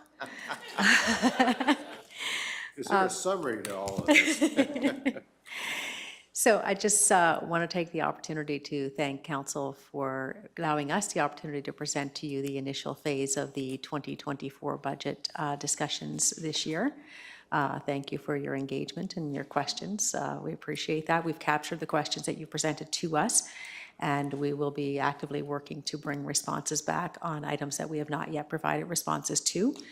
Administration is looking forward to furthering budget discussions. Our next meeting will be on November 14th, where administration will bring forward the core operating budget for council's consideration and review. If, sometimes as we step away from those discussions and we start thinking about, I have additional questions on this item, or you have an opportunity to look through the information and you think of additional questions you may have. We acknowledge we've thrown a lot at you today, so sometimes it takes a bit of time to process that. If you have any of those questions, please push those through Mr. Hogan. Mr. Hogan has graciously accepted the responsibility of collecting those questions for us and ensuring that we all have access to that so we can coordinate those responses for you. And those will be provided at the latest on November 28th. So nothing further from my end other than, again, a note of appreciation for council and your engagement, and I guess a re-echoing of an appreciation for the level of effort that's come from administration's side, from us in finance as well, and the support we've received in getting the budget to you in this format and within this time frame. And that's all from our part. Thank you. Okay. Any last comments or questions from council? I know you shared with us earlier a very busy graphic. It had a lot of things in it. I'm wondering if that could be shared with us. I know it's going to change dramatically before the whole budget process is finished, but based on what was presented today, could we have that graphic shared with us? Just sometimes pictures speak louder than millions of words. So. Absolutely, we will get that to you. Okay. Any other comments or questions? If not, thank you very much for your diligence in getting this prepared and bringing it today. And certainly we acknowledge the amount of work that goes into just the day-to-day, never mind trying to give us a stab at what might happen into the next year. So thank you. Great job. Yeah. Oh. Okay, we have a question. Councillor Forbes, go ahead. Oh gosh, it always keeps escaping me. I'll get it to you later. No? Okay.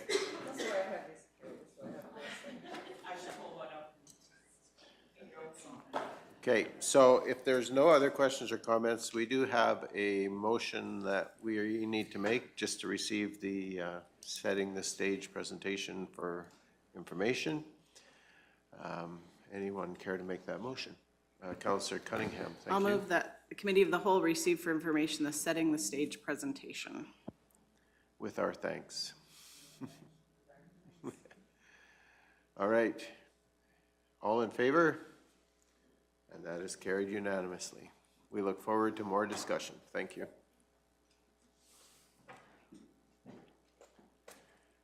All right. Are we wanting to move on, or do we want to recess for lunch? Okay. Rather than begin the community grants round 2, which is going to take a little bit of time, we're going to recess. I'm going to say we'll be back at 1 o'clock. Okay, 1 o'clock. We're in recess.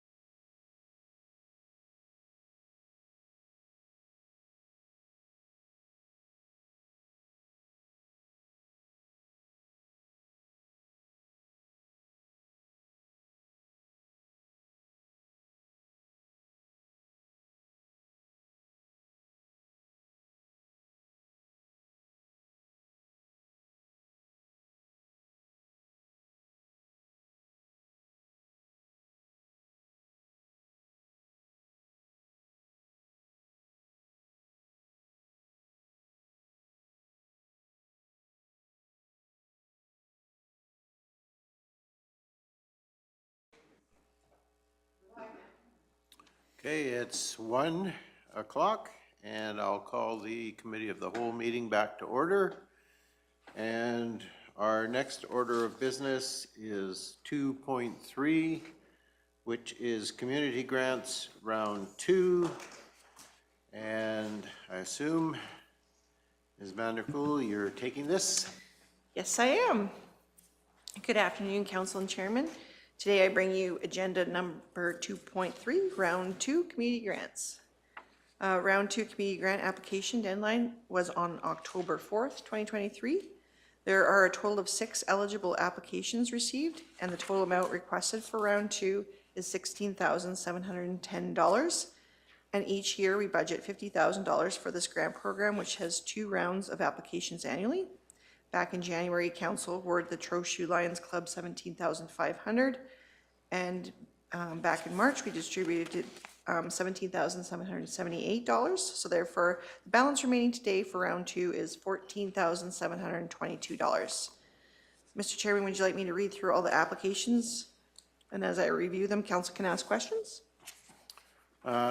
Sure, please. All right, the first one we have is the Three Hills Skating Club.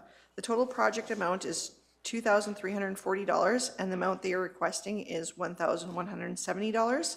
If their application is approved, they will use the funding to upgrade 10 skating dresses for the synchronized skating program. Kneehill County has provided the organization the following funding in the past, which is listed below.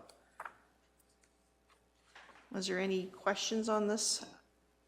We did approve $1,000 to this committee last year in 2022. The policy does state if anything over $1,000, they are not eligible the next year. And since they only received $1,000, they're eligible for 2023. So they're not just buying dresses, though, they're buying other equipment for their can skate program as well? That's why their total budget was the $2,340. They had 10 dresses at $200 a piece, and then they were buying other stuff for their can skate program. So. Correct.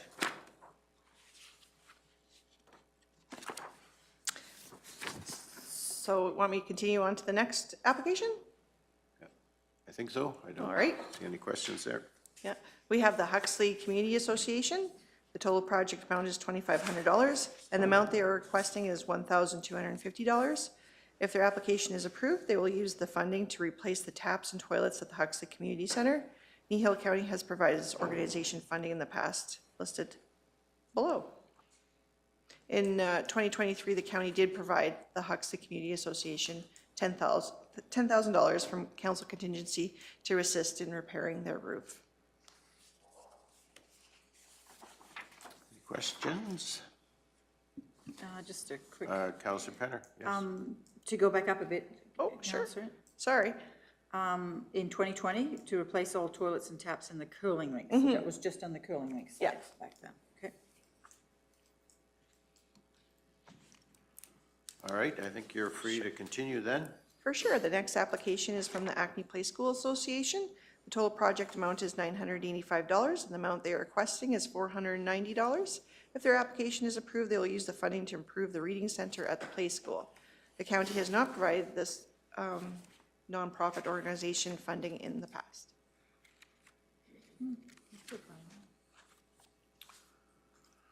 I'm not seeing any questions, so I think you're free to move along. Perfect. The next one is the Three Hills Arts Academy. The total project amount is $37,390, and the amount they are requesting is $5,000. If their application is approved, they will use the money to organize 5 productions in 2023-2024. Kneehill County has provided the organization the following funding in the past, which are listed below. Also want to add that a motion was made in 2018 to provide the organization $1,000 per year for 4 years. Contributions of $1,000 were made in 2018, 2019, 2020, and 2021.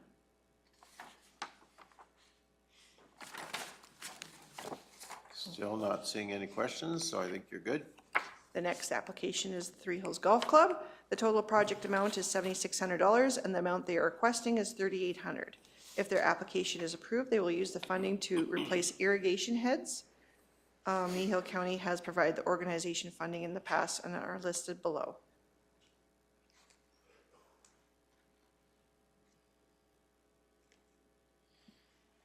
It's the year for irrigation heads, eh? Yeah. Yeah. Yes, we did approve the Trochu Golf Club Yep. at round one.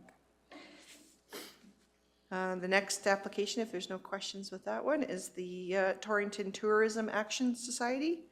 The total project amount is, did I say Torrington or did I say Trochu? I should have said Torrington. If I said Trochu, I apologize. The Torrington Tourism Action Society. The total project amount is $10,150, and the amount they are requesting is $5,000. If their application is approved, they will use the funding to create new displays and renovations to the Gopher Hole Museum. The county has not provided a community grant to this organization in the past.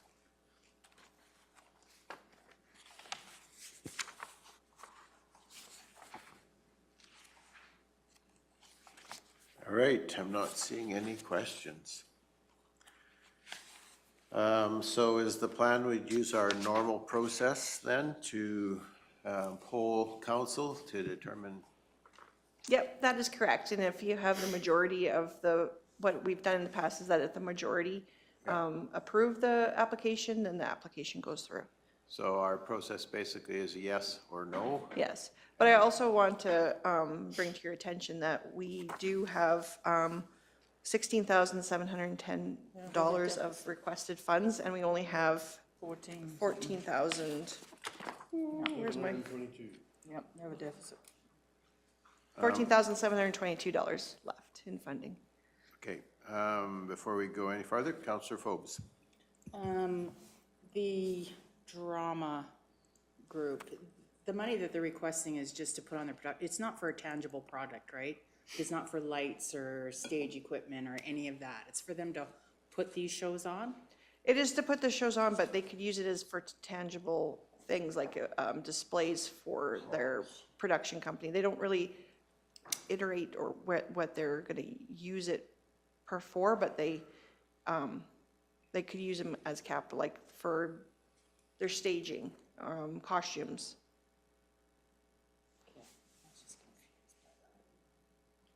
So, and the money that we gave them in the past, that was just kind of like a sponsorship, and then we got advertised in their brochures and That's stuff, correct, yeah. Okay. So they upped the ante to more money.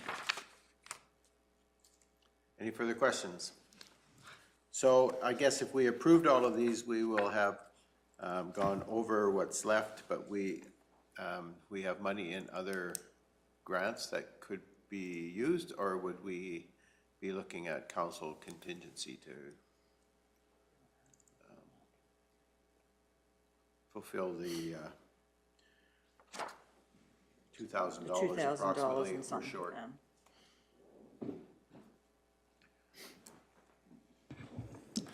Mr. Hogan? Through the chair, we can, if council approves all of these in the amount, then when the item comes back for formal presentation, we'd have a funding recommendation for you as to where we could find that money, whether that be from one of the other grant programs that's unexpended, which is I think what we've been looking at. But if we knew that, once we know the exact dollar figure, we can come back at the formal approval stage with a funding recommendation. Because today we're making a recommendation to council, we're not actually formally approving these, right? That's correct. So we'd be looking, if we approve them all, we'd be looking for about $1,988. Okay, any further questions, or are we, Councillor Cunningham? I just want to follow up to what Councillor Phobos was asking. I think what the premise is she's wanting to clarify, like, you guys don't bring applications to us that don't meet the eligibility criteria, correct? That is correct, yeah. That is correct. Okay, Councillor McGee. It's also relating to the Arts Academy. Have they changed how they want to look at getting community support? Because I find that 1,000 over a 4-year period, and then now 5,000 at one time confusing for me about how that was supposed to work. Did they give you an explanation around that? I'd have to review their application again, but when we did receive them, when we did give them the $1,000 per year, it was from a different grant funding. It wasn't from the community grants. Yeah, it was from basically council contingency that, and then we just budgeted that $1,000 every year through, wasn't through the grant program. Did that answer your question? It does, Okay. thank you.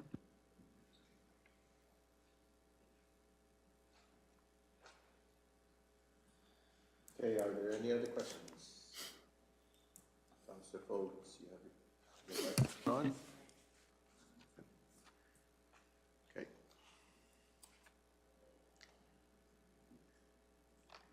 Seeing none, are we prepared then to do our polling process?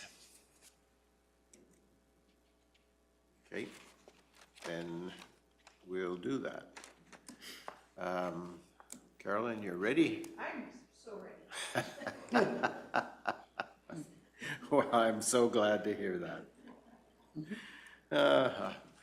And because Councillor Christie is sitting immediately to my right, he gets to be polled first on the first item. So we're talking about the Three Hills Skating Club, and it's basically a yes, no. So Councillor Christie, Because it's for youth, yes. Councillor Forbes, Yes. Councillor Cunningham, Yes. Councillor Penner, Yes. and McGee, No? and Reeve Whitstock, Yes. and I would be a yes. All right. Huxley Community Association and Councillor Forbes, I'll start with you this time. Well, since I've used the washroom in the basement at the Huxley Hall a few times this year, I'm a yes for new toilets. Councillor Cunningham, And I can second that, yes, as well. Councillor Penner, Yes. Councillor McGee, Yes. Reeve Whitstock, Yes. I'm a yes, and Councillor Christie is okay. Acme Place School. I guess Councillor Cunningham, you get the honor of being first. I'm a yes. Councillor Penner. Yes. Councillor McGee. Yes. Reeve Whitstock. Yes. I'm a yes. Councillor Christie and Councillor Forbes. Right. Okay, Three Hills Arts Academy. I guess Councillor Penner, you are the next on the list, so. And this is a tough one, but it still involves youth and as well as adults. Some kids play sports, some kids are into the Arts Academy. And I think it's just the way it's worded here. In the past, we've done it over time. I think it's great to have these activities in town or these performances. And so for this time, I'm going to say yes. Okay, Councillor McGee. Yes, I had troubles with it, but yes. Reeve Whitstock. Well, I guess obviously it's a strictly yes or no. If we could make it 3,000, that would be a definite yes, but I'll still go with yes. Well, our process is not to amend the requested Yes, I amounts, understand. right? So, unfortunately. I'm a yes reluctantly as well. Councillor Christie? Councillor Forbes?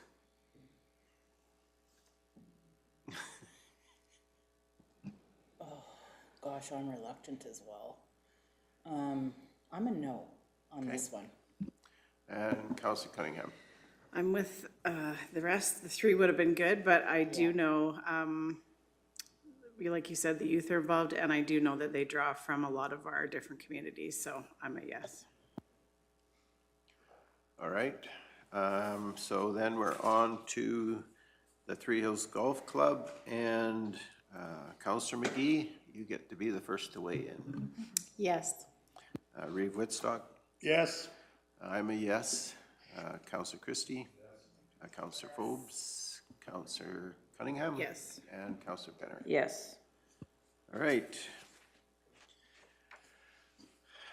So that puts us then to the Torrington Tourism Action Society. So I guess Reeve Woodstock. Yes. I'm a yes. Councillor Christie? Councillor Forbes? I'm a yes as well. Councillor Cunningham? Again, when I saw the numbers of the amount of people that come to this museum, I was shocked, so yeah, I'm a yes. Councillor Penner? I'm a yes, I actually didn't realize that they were a society, so.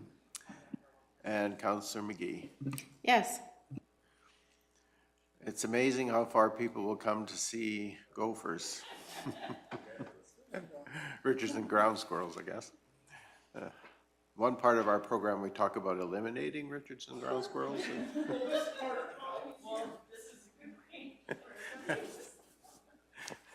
I see the timeline includes when they're going to gather their next corpses. Have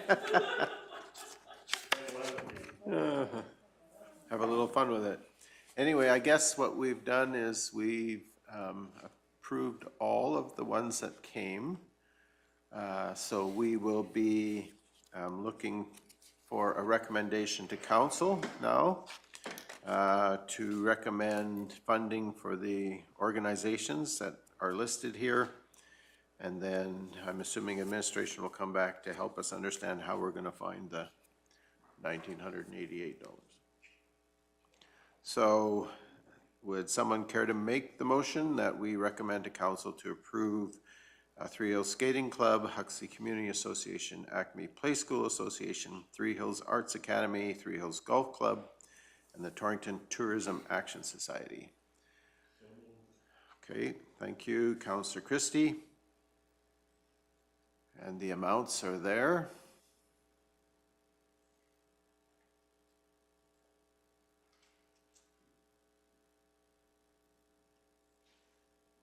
All right.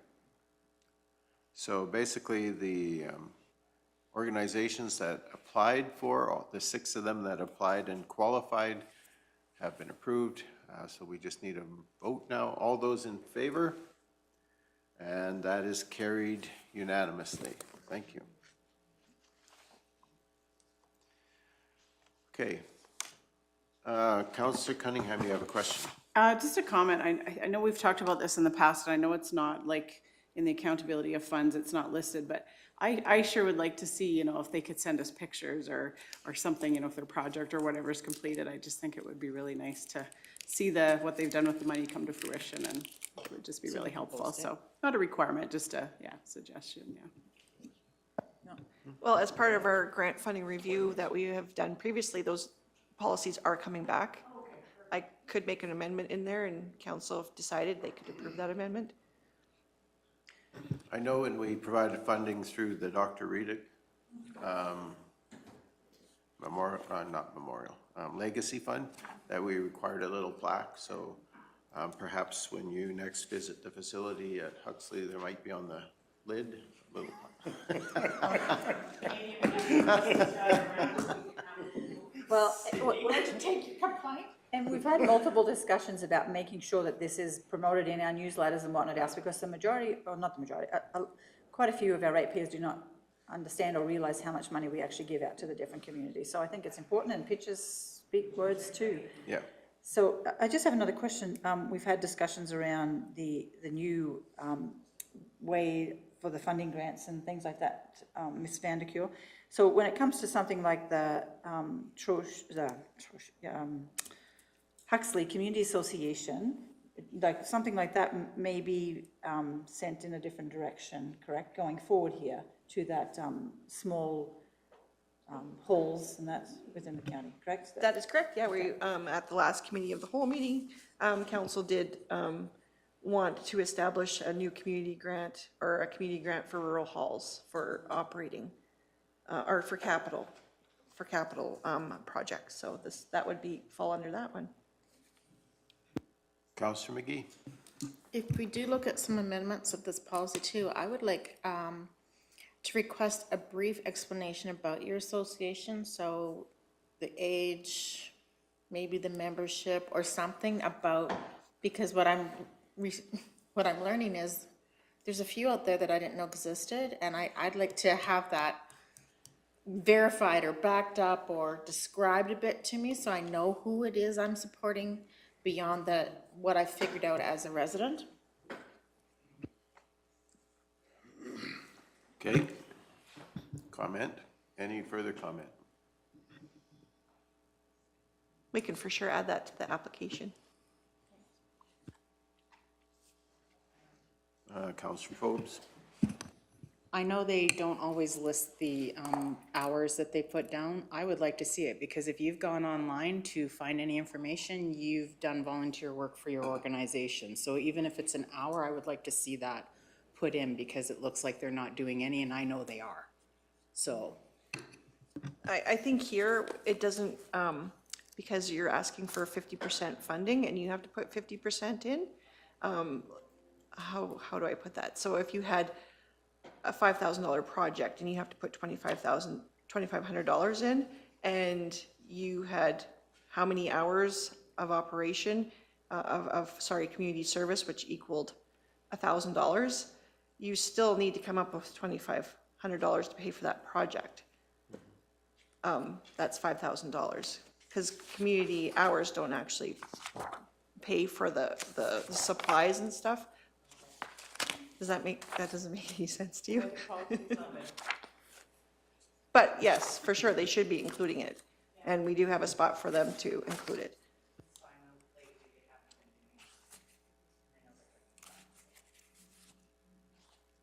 Okay, any other comment? All right, we had a motion and we voted, and it's been carried unanimously. Are we prepared to go on in our agenda then? All right. Barb's been waiting anxiously all day for this next item, which is 2.4, Amendment to the Land Use Bylaw, 1808 by Bylaw 1889. Welcome, Ms. Hazelton. Good afternoon, and thank you. It's a pleasure to have you back again. Yes. We've had a few renditions, but hopefully we're getting closer each time. So over the last few months, Council and Administration have worked to revise the renewable energy sections of the current Land Use Bylaw 1808 by Bylaw 1889. These amendments are directed at protecting the high classification farmland that is being taken out of production for these renewable energy projects. The amendments also address setbacks and provide a list of information required to be submitted with an application. At the September 26, 2023 Council meeting, further direction was given to add Brackeneer Dam to the list of water bodies requiring setbacks for these projects. Council also wanted to amend the 1 in 30-year storm event to a 1 in 50-year storm event, and to calculate in order to calculate stormwater management requirements.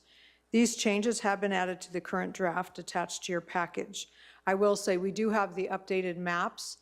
They didn't make it on this one, but we will get them. If there's changes today, then we will revise the version on the website, but we will get those maps adjusted. Council also requested administration to include additional information specific to these sites as it relates to weed and pest management. Administration has put together a document noting the current practices, and it provides some additional options for Council to consider. Since some of these options may create service level impacts within the organization, administration is looking for clarification from Council on which option may meet their expectation. There was no financial or staffing implications for the preparation of this so far, but there may be resource impacts to the organization should Council choose some of the options presented within the report. So basically we will refer you to, I think the last page was, which is the weed. So 121 or whatever? Yes, 121, yes.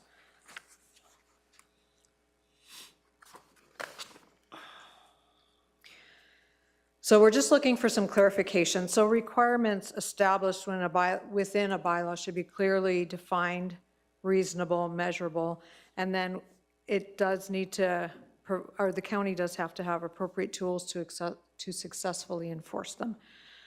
Resources and skill sets, qualified appointed personnel will also need to be in place to ensure we can appropriately manage the expectations within the bylaw. So currently all of the weed and pest does happen under the Weed Control Act, Alberta Weed Control Act. and that's what deals with the prohibited noxious weeds. Inspectors are appointed by council under the Act and are granted the authority to fulfill these duties. They are bound by these provincial enactments. Authority to issue notice comes from the legislation. And so on the right-hand side, I won't read through all of that unless you prefer me to, but it's basically how that currently operates under that Weed Control Act. Then what we further down have proposed, a vegetation, weed, and pest management plan that addresses how invasive plants, weeds, and pests, such as Richardson ground squirrels, will be controlled during the construction period and the projected lifespan of the development to be submitted for review and approval by the Kneehill County Agricultural Fieldman. So in this case, and what is currently in the land use bylaw, unless you amend that differently, is we determine based on the plan whether or not the proposal is reasonable, satisfactory, and able to be achieved. And if not, then we would send the plan back to them and request some amendments to that plan. It's always a little bit muddy here because of the multi-jurisdiction. So when we're getting something, if it's not satisfactory to us as a municipality, but it's been something that the AUC has considered and signed off on, I'm not sure how we are going to land, but we can certainly have that conversation.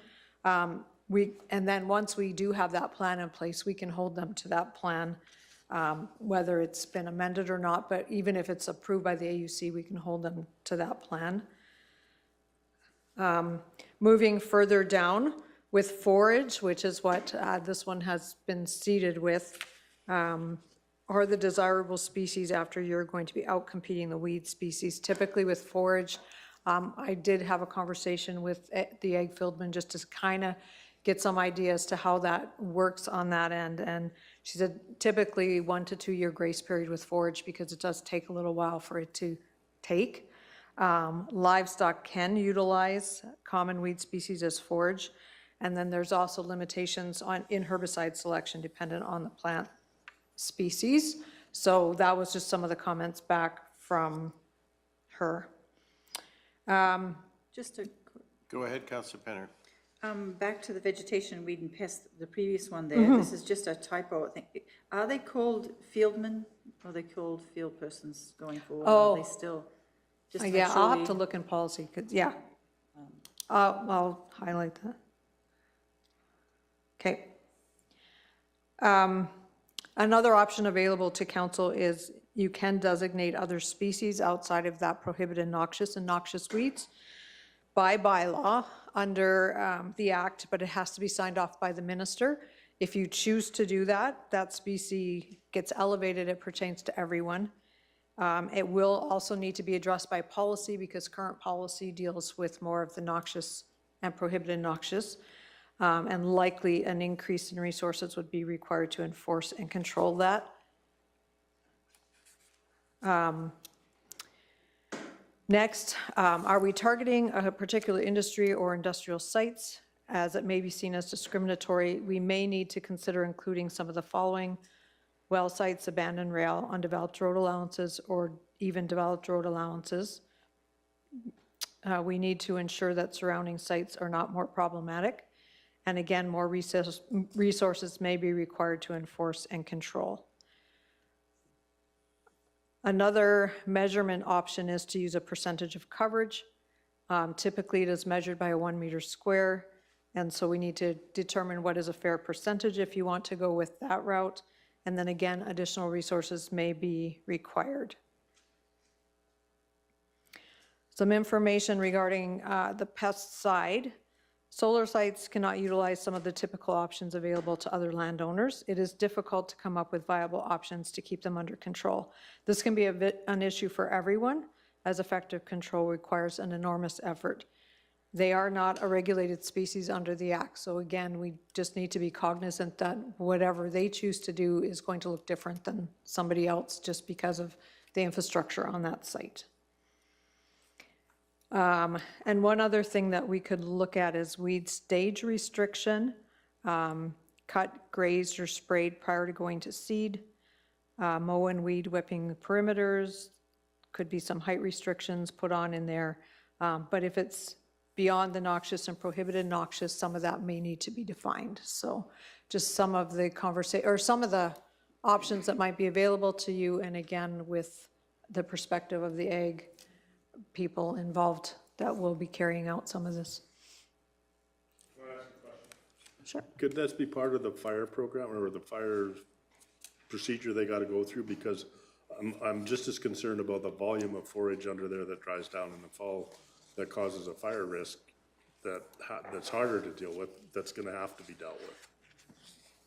And they do have to submit quite a bit on the fire side. And I'm just gonna pull what section that is, because we have a whole emergency section here. 3.6. Oh, thank you, I just got there.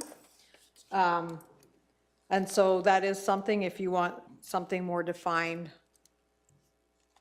under that side, we can, We have more control there than through the ag part of it, because it's not noxious weeds, and then that would be more specific to that site. okay, Councillor Penner? Yeah, I would agree with you. That might be the way, just to, because of the height, that, you know, the amount of trash in there, so.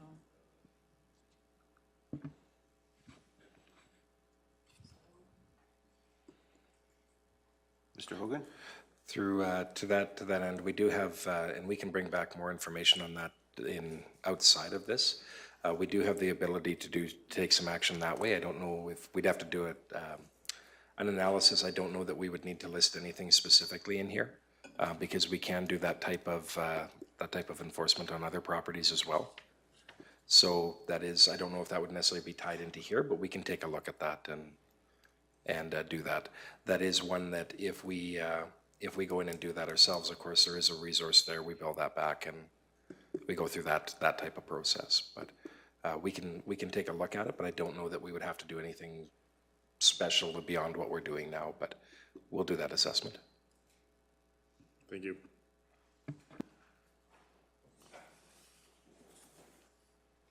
So I think part of the concern that at least I have for sure is I recognize that their best option is a forage establishment for underneath those panels. However, in my practical experience, anybody who's establishing a forage cover is managing that establishment through the establishment period. So it's not like they say, well, in 2 years we'll have a look and see what it looks like. There is a process of either harvesting the material that's growing there or managing it in some way to minimize the growth either of the forage itself or of the weed species that happen to be intermixed with that. So it's not a standard practice just to seed a forage, walk away, and in 3 years we'll evaluate it, or in 2 years we evaluate it.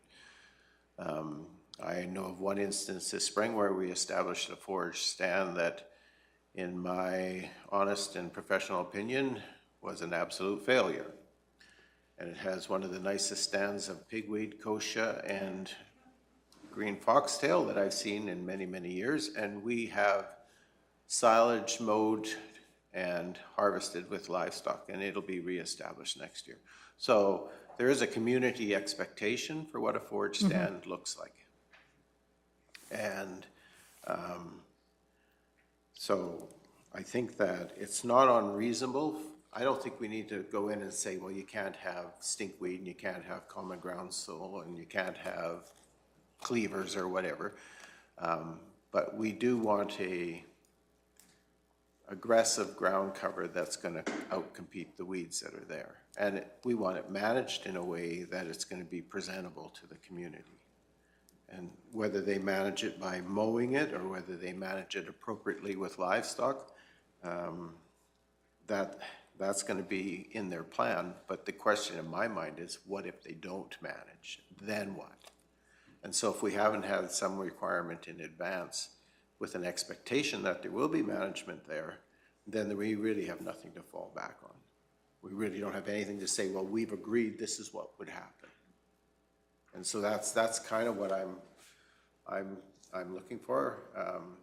There's not a farmer who's going to establish a forage stand who's not going to manage that forage stand through the establishment period, and who's not going to be evaluating whether he was successful or not throughout that time period. And there's not a single one out there who, if he fails in the first instance, is not going to go back and remediate that immediately. So at least I haven't met one yet. Sorry, Mr. Gannon, go ahead.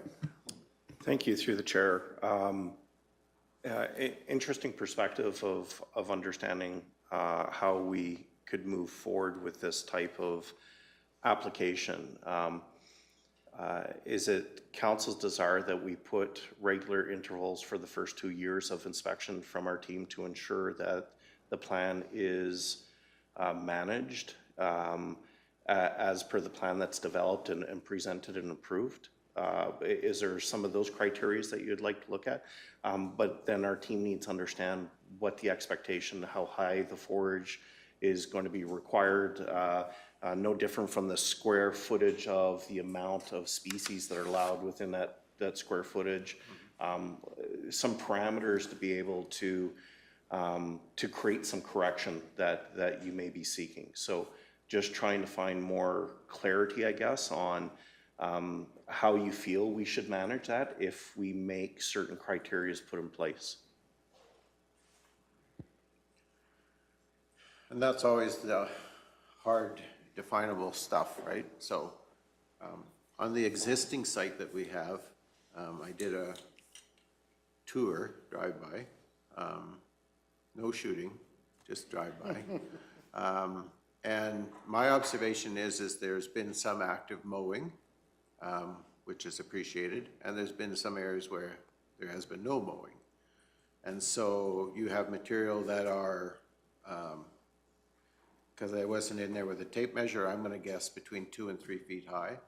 And then you have other areas where it's mowed down to probably, I'm going to say 6 to 10 inches.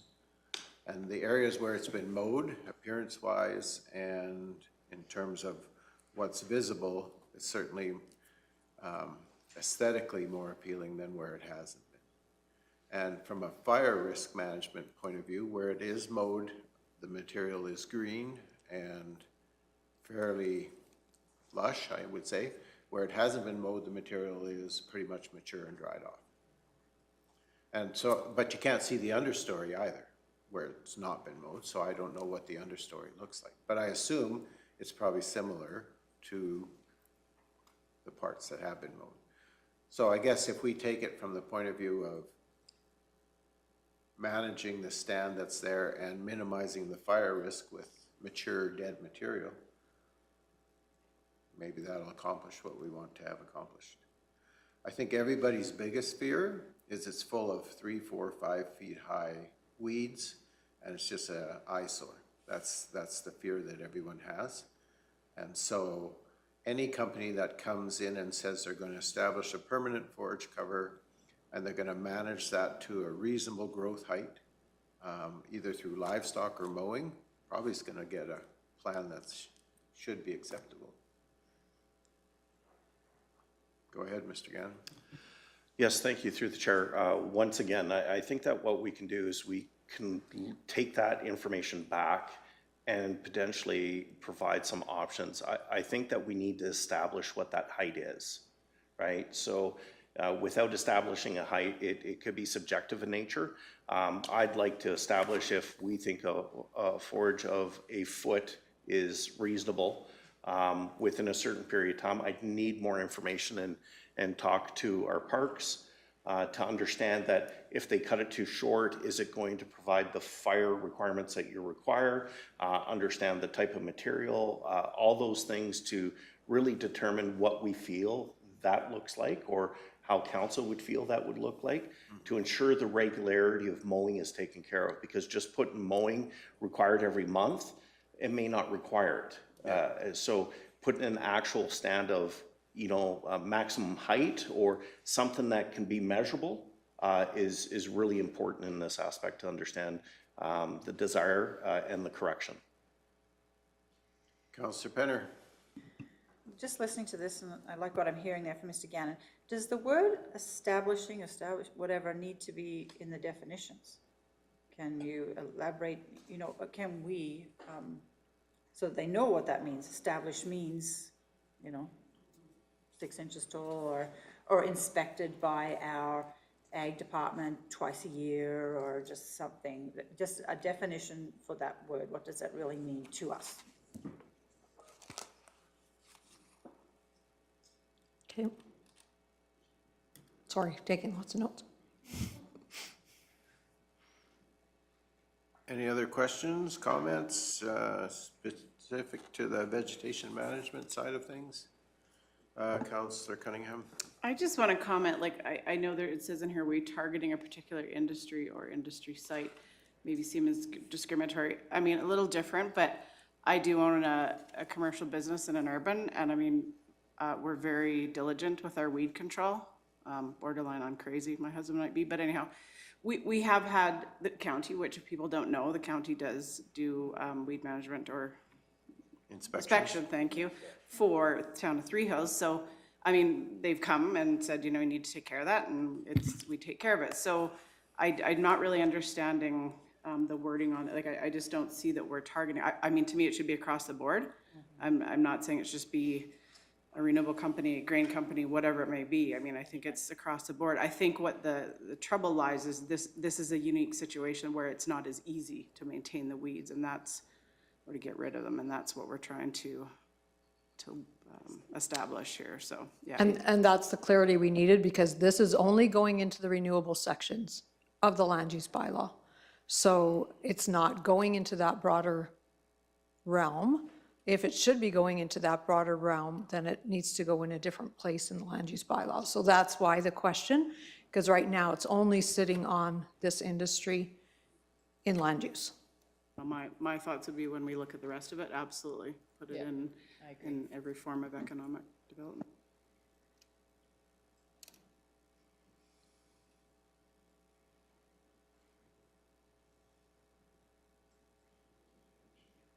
Pardon? I think so. I think it's probably more because of the size of the particular solar power developments. It's of greater concern than because of the visibility and the size. We have lots of poorly managed industrial sites within Kneehill County related to our oil and gas industry and other industries. Are we going to begin a process of inspection and notices and whatever for all of those sites? And that's a question that we would have to really wrestle with. Reeve Whitstock. Maybe a way to deal with it would be acreage-wise, site-specific. If it's over 4 acres, you have to be more diligent, I guess, on your weed control. But if it's under 4, well, I'm not saying you don't need to be diligent, but there's a different. It's far easier when they're 4 acres or less than when you're 150 acres. Yeah. So if we're coming back, I just want to make sure we've got everything. So we're going to define what an established forage looks like and include in that inspections a couple times a year by staff in that wheelhouse will be undertaken. And then we want to make sure that, and maybe we define how management of forage and those expectations a little bit. We talked about the, whether it's managed through mowing or grazing, but we can maybe define some of that as well and put that back into that document. Is that fair? Mr. Gannon, go ahead. Thank you. Through the chair, I just want to give clarification to one of the questions that was asked by Councillor Penner. It is still Fieldman. The title is still Fieldman.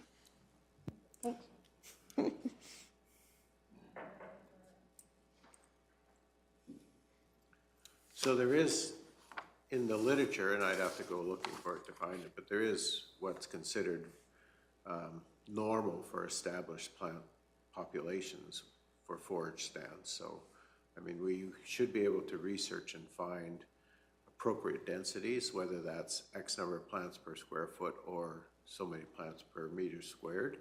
And if they accomplish that, then that would be considered a appropriate establishment level. If they don't, so let's say, and I'm gonna pick a number out of the air, let's say it's 35 plants per square meter. That's not the number, but that's the number I picked.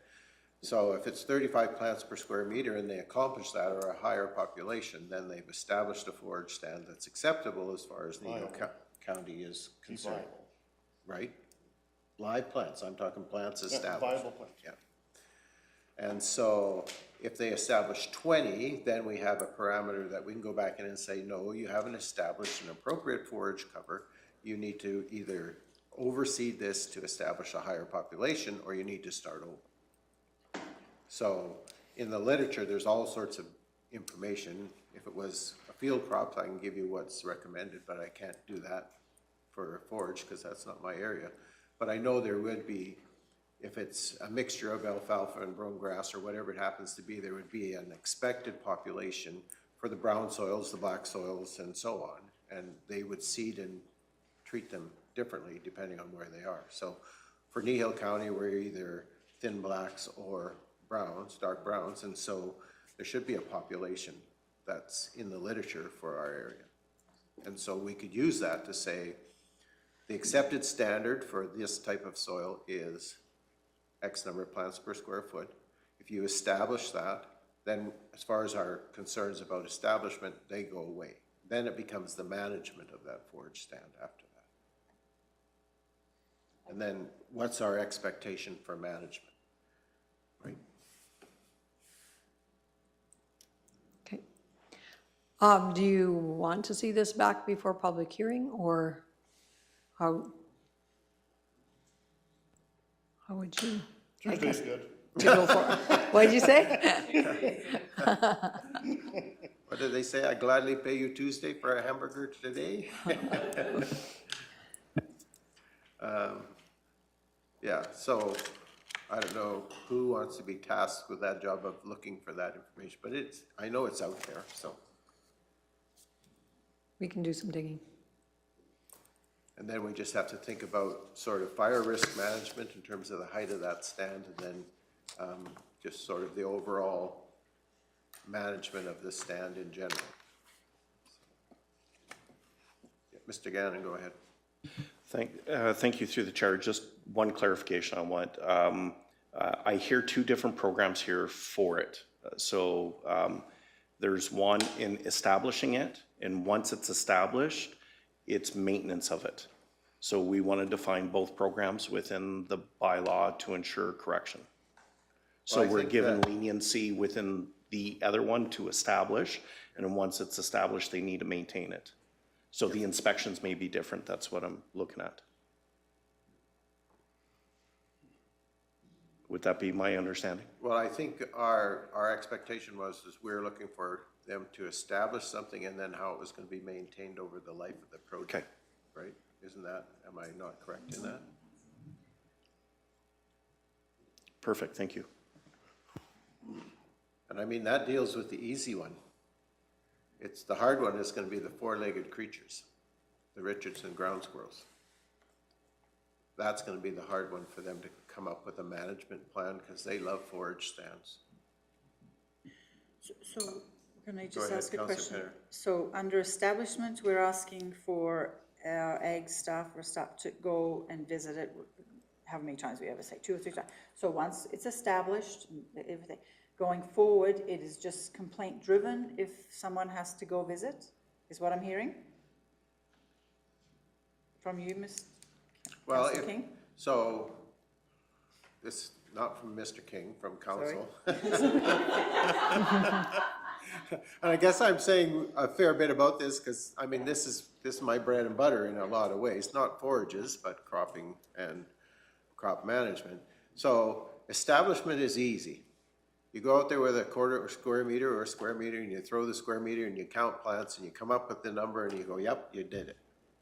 That's the easy part. The maintenance of that stand for the next 25 years, that's the hard part. And so they need to provide us with and they may have to regenerate or rejuvenate that stand at some point in time in the 25-year life.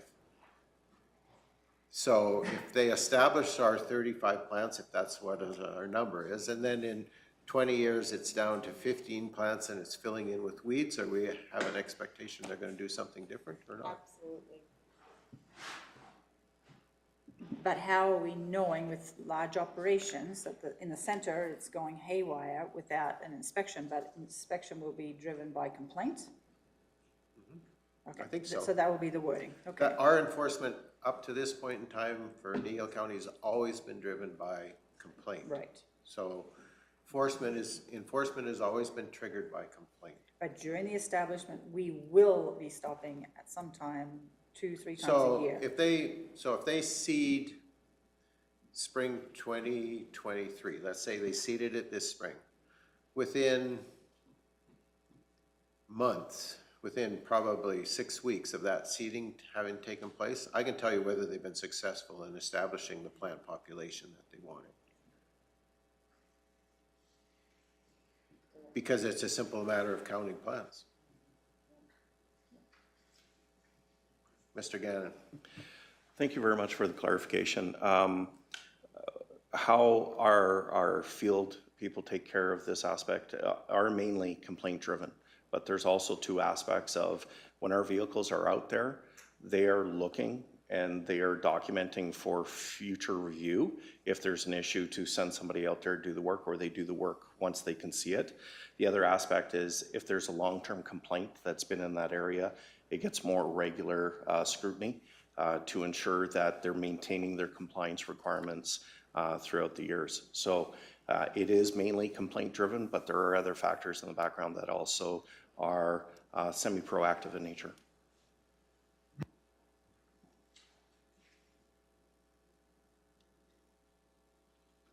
Have we ended up in your happy place, or we need more conversation regarding this? Of course, tell me to be quiet and jump in.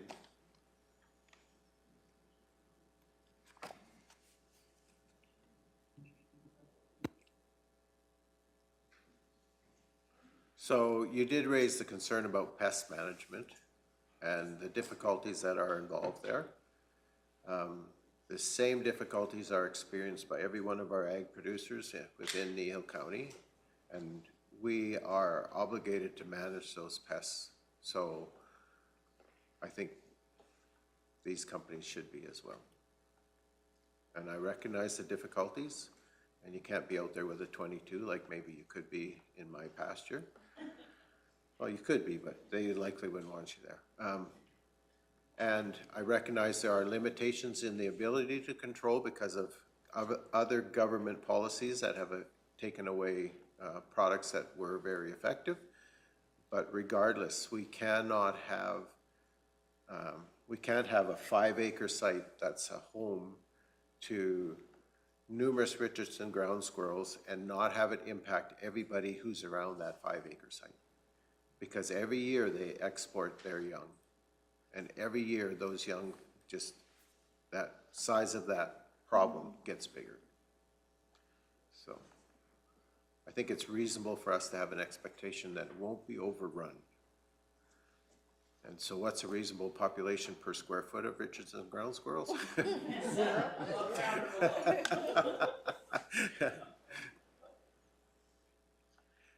And I need to shut up, but to me, is it impacting neighboring properties?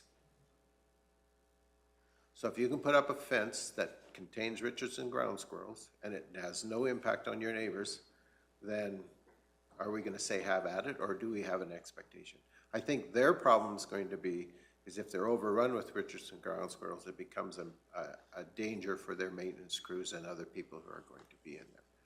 Because you could twist an ankle or whatever. But, They might even lose their forage. well, they likely would, yeah. So is there, I guess the question I'm asking council is how would we determine whether that's a problem for their neighbors or not? And what would our expectation of control be within that development? Councillor Cunningham. Have we had any other feedback from other municipalities? Because I know we had talked to a few people and it had become quite an issue with a lot of other municipalities with these type of sites. So I'm just wondering, like, have we talked to any other places or found out how the ones that are more established have dealt with this, or do we know that?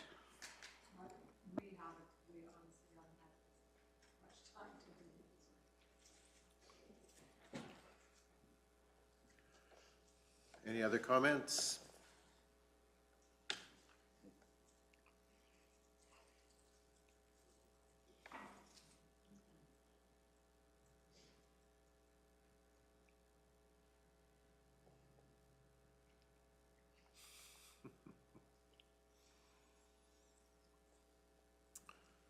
So I guess my question to you, Ms. Hazelton, is have we provided you with sufficient information, or do you need additional?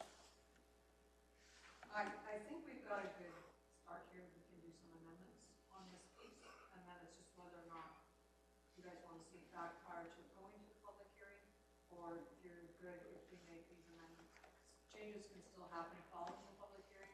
You're not obligated to do second or third reading by any means. You can still do some amendments, and there may be some other, I do know we are expecting some others to come in, and so there may be some information in those that can create some amendments as well. So, Yeah, until we do third reading, there's always room for amendment, right? Yeah. Councillor Cunningham? Can I ask questions about turbines now? Are we off of the You can weeds ask and a pests? question, yes. Okay, so I just want to go back to the, well, they call them wind, well, I'll just call them turbines for lack of whatever. So number 7 on the wind side, I noticed it said 2 or more turbines on a parcel be considered a multiple. And then it says that the MPC may approve multiple turbines on a case-by-case basis with having regard for the following. So I guess that's saying that we are allowing more than 1 turbine per quarter section, if I'm understanding that correctly. And again, I guess I'm just deferring to other municipalities, like I'm just wondering what we're finding other folks are doing, if they are limiting them to 1, or if anybody's had any comments on that to date. And then I also wondered, did we have anything there about a minimum distance from residential sites? We have, Just want to, under 4.1, from a dwelling not belonging to the owner of the land on which the tower is located. And then we also have, so the setback section does the setbacks for all the pieces, whether it's your frontage, oh, sorry. Sorry, yes, we have the setbacks. So it's a mile right now under 4.1 from any dwelling not belonging to the owner of the land on which a turbine's located. And then unless there's a waiver signing off on that, and then we do have the minimum distance from side and rear property lines as well as from the municipal road allowance, so that's in there. Regarding the number of wind on a quarter section, I think it would be largely dependent on their size. So some of the older ones, or you could have private ones that are much smaller, but some of the older ones, the ones that are proposed to be coming are going to be quite large, and I don't know that they can put more than 1. So I think their size dictates how close they can be together and how that works. But there are cases where there could be, because we do have more than 1 on a quarter of the sites that we already have, so. so I just know in the proposed project, there is more than 1 turbine per quarter on some sites. So I'm just wondering, when do we find out, I guess it's, does the AUC just tell us, like, when do we know the size of the proposed turbines? Well, I know what they're proposing, but I don't know until they apply to the AUC. I imagine there's still going to be some tweaking and changing with that project, but I do know that right now they're quite large. So they're close to 400 feet tall on those towers and close to 300 feet on a blade. So they are quite large turbines. in their own information, they're saying that the turbine, the generator itself is going to be between 110 and 120 meters off the ground. Yeah.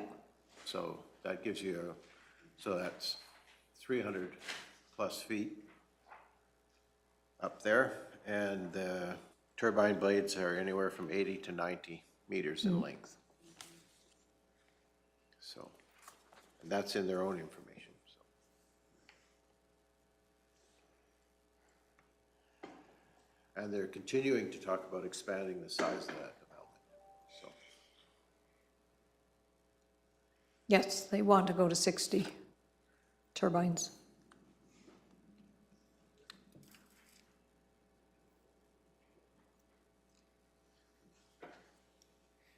Okay, any further comment, discussion around the amendment to the land use bylaw?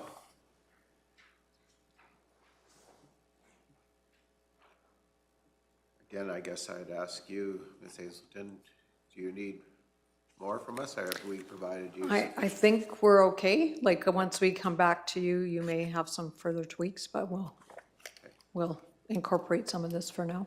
Yeah, and this process is far from over. Yeah, I'm assuming. Councilor Christie.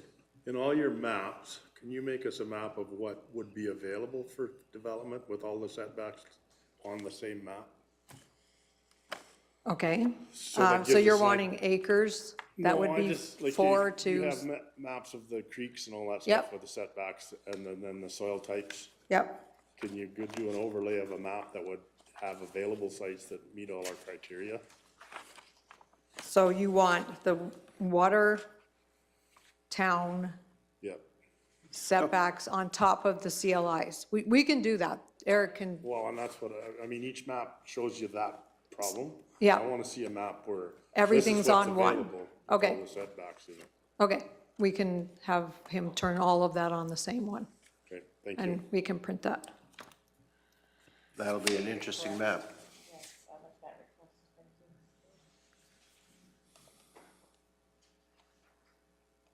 Okay, Any further comment or discussion? This is your opportunity. Councilor Christie. Just a comment that this site proposal is quite a bit further east than I thought it was going to be. And a lot further north.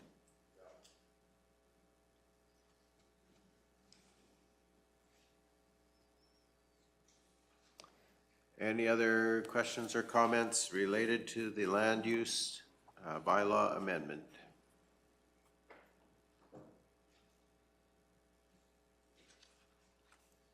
Looks like we're going to turn you loose here. excellent. So then, there is no motion required here. We're just providing clarification to administration regarding specific areas. And so if there's nothing else from council, which I'm not seeing, thank you very much for your time and your efforts. We acknowledge that we're not exactly making it easy for you. I think she's noticed. You think so? I'm pretty sure. Thanks, Barb. Thank you. Okay, then we would be moving on in our agenda to 2.5, possible provincial funding. And this item arises out of a conversation that you, Reeve Whitstock, have had, and so. Okay, thank you, Mr. Chair. Last Tuesday, October the 10th, I received a phone call from MLA Cooper's constituency office out of Olds. Brenda was asking if there's any projects that the county was looking at doing, infrastructure projects or water for life kind of projects, and nothing came to mind right off the bat, but I thought I will bring it up on this committee of the whole meeting. But after thinking about it for a while, I did call back MLA Speaker Cooper yesterday, and he gave me a quick call back, and we had a conversation about some maybe not some infrastructure projects, but other CFIP kind of projects. Maybe something to do with Horseshoe Canyon if there was money available for those kind of projects. And he did not commit one way or the other. He was quite engaged in the conversation, and he seemed to think that there might be some way of us sourcing some provincial money. He did make a suggestion that maybe we invite through his office tourism minister, maybe a few other ministers that are possibly available just to view the site. He did mention that he'd heard through a number of places where tourism is actually looking at moving to the Badlands areas because, in his words, the mountains are full. So I just wanted to bring this forward. I'm not going to get into any details because we didn't get into any details, but I just want to give council the opportunity to kind of consider what it is that we were actually looking at. I think one of the important things, and we're already doing that, is we are doing the master plan at the Horseshoe Canyon. And that ITT that a few of us attended in Calgary, they sure seem to think that the next 2 years would be an opportune time to get involved with partnerships. So I'm not saying that we're looking at getting funding immediately or maybe not even getting funding at all, but now is an opportune time, and I think that maybe it would be a good idea for us, if we're looking to do some developments in that Horseshoe Canyon area, it'd be an opportune time to partner with government, provincial, and get something done. And I know there's only one taxpayer, but that being said, if we can get some money from the province, it would sure help us along in our ventures. So that's about all I've got to report. You can ask me any questions you want. Whether I got an answer for you or not is a different story, but. Councillor McGee. I also just wanted to reiterate, I really appreciate, I believe Reeve Woodstock headed us towards having our MLA at the long table a couple of years ago, and I think that has a direct impact on how he's thought of us as well. So I appreciate the importance of those kinds of interactions. Thank you for that comment. Questions, comments? Councillor Christie. Just a comment that maybe it is an opportune time to get other ministers at that site to say, this has got potential. What's on the table here? What are you guys thinking?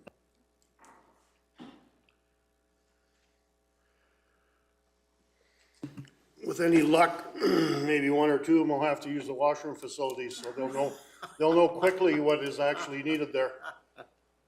Did you say beer was involved? I didn't say kegger. Any other comments or questions? Councillor Cunningham. I just after Reeve Woodstock said that about Water for Life, I mean, maybe it's more of a question for Mr. Hogan, but is that a provincial project that they, or funding that they offer, or what? No, that's a little off course, but what does Water for Life offer? Through Mr. Chair, I'd have to go back to look at the specifics of Water for Life, but some of the elements of that we know we don't qualify for. We'd have to look back in the guidelines to see what we could qualify for. So, you know, as an example, when you get into things like Alberta, the water wastewater program, that's only for hamlets, right? So Horseshoe Canyon wouldn't qualify for that, but we'd have to go through the guidelines to see if there's other facets of Water for Life that maybe it does. But to our knowledge to date, that hasn't really been the case, but things change. Reeve Woodstock. Yeah, I just wanted to qualify. You're correct there, Mr. Hogan. Well, I expected that to happen. But yeah, for rural residents, we don't necessarily qualify for any of those water projects. It would strictly be under the hamlet section. So. Okay, other questions or comments? Opportunity potential for provincial funds. I think all of us would be interested in pursuing that. And anything we can do to promote our cause to the various provincial ministers and our local MLAs and even the federal level, probably advantageous.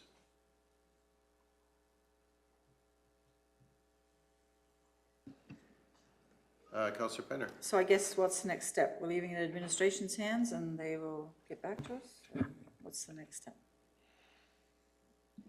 Reeve Whitstock.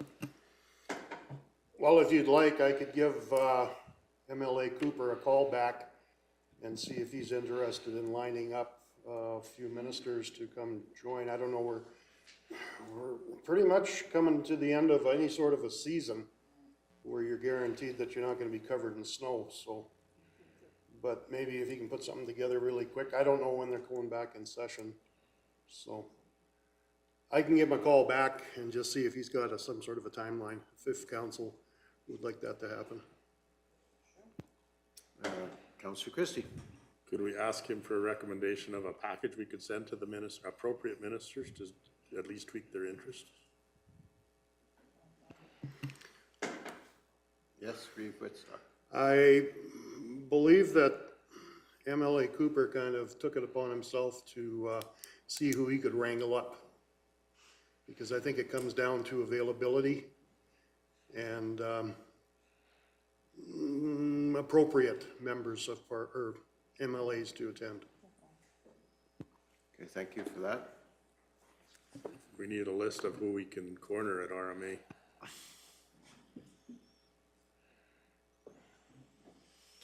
Try the speaker. I want him for direction of where I'm going next. Well, I think that we have an idea that there's some interest out there. We've seen it previous to your conversation with Speaker Cooper, and certainly Alberta Tourism has indicated they might have some interest, so I guess we chase every channel that we can find, and we bend every ear that we can bend. Yep.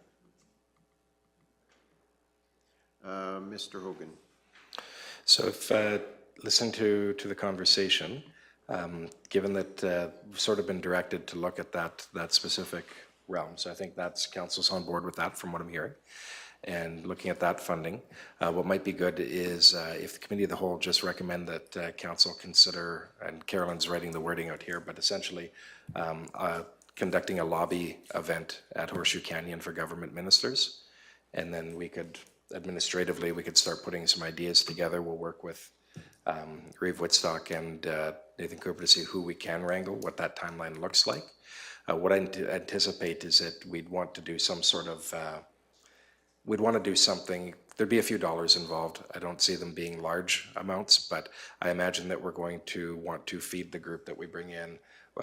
You know, it might be the type of thing where we feed them somewhere and load them up on the seniors bus that we rent and take them out or do something like that. We'd have to see how that unfolds.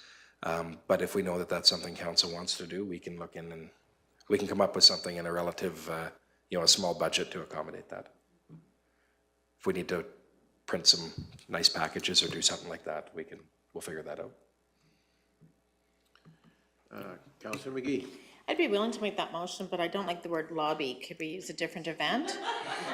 Could we just say host an event to provincial VIPs?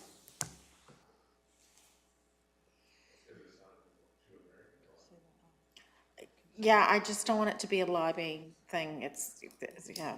So hosting, is that not host? So host an event at Horseshoe Canyon for Alberta government VIPs. Does that sound good? Consider hosting an event. Consider hosting, yes.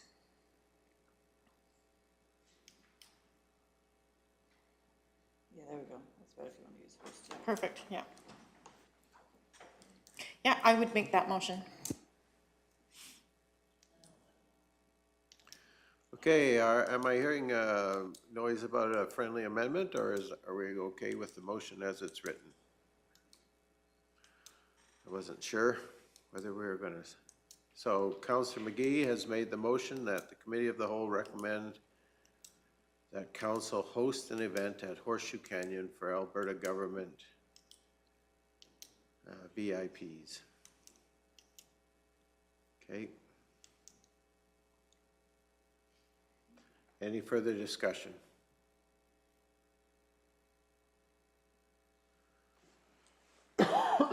Excuse me. Well, seeing none, I'm going to ask the question then. All those in favor? That's carried unanimously. Thank you. And I don't know if maybe. Counselor McGee, I don't know, I think I it's your motion. thought we were just visiting now or something. I'm sorry, I lost my etiquette there for a minute.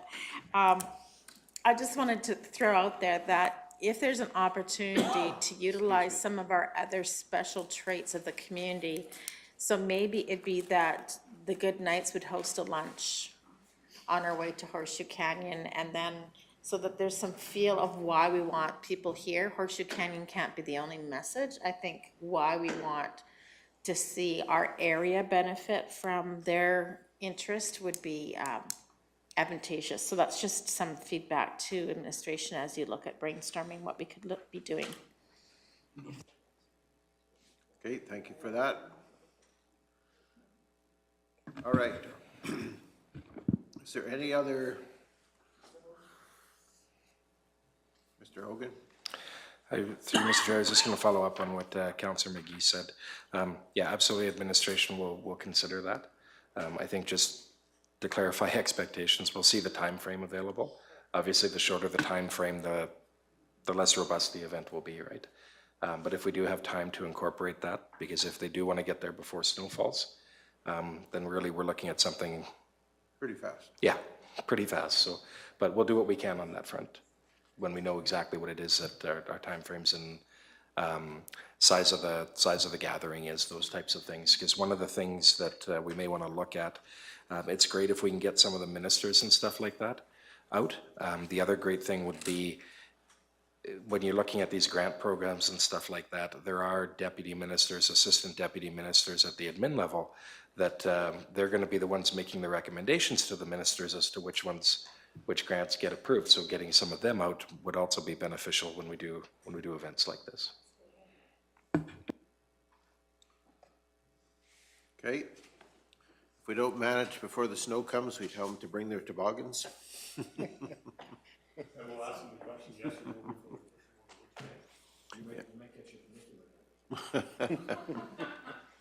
Exactly. Or Okay. stars. If there's nothing else, we're at that point in time. Councillor Cunningham. Sorry, I just wanted to add one thing, totally unrelated. I just want to recognize it's Small Business Week, and it's been a hard few years for small business, not only here, but around the province. So just want to thank the businesses in our area and beyond for all that they're doing, and just recognize the work that they're doing, and just encourage everybody to please keep supporting your small local businesses. Thank you. Okay. Very important, small business people are, so. All right, any other comments? If not, I am going to adjourn the meeting at 2:18. Thank you for your time and your presence and your participation.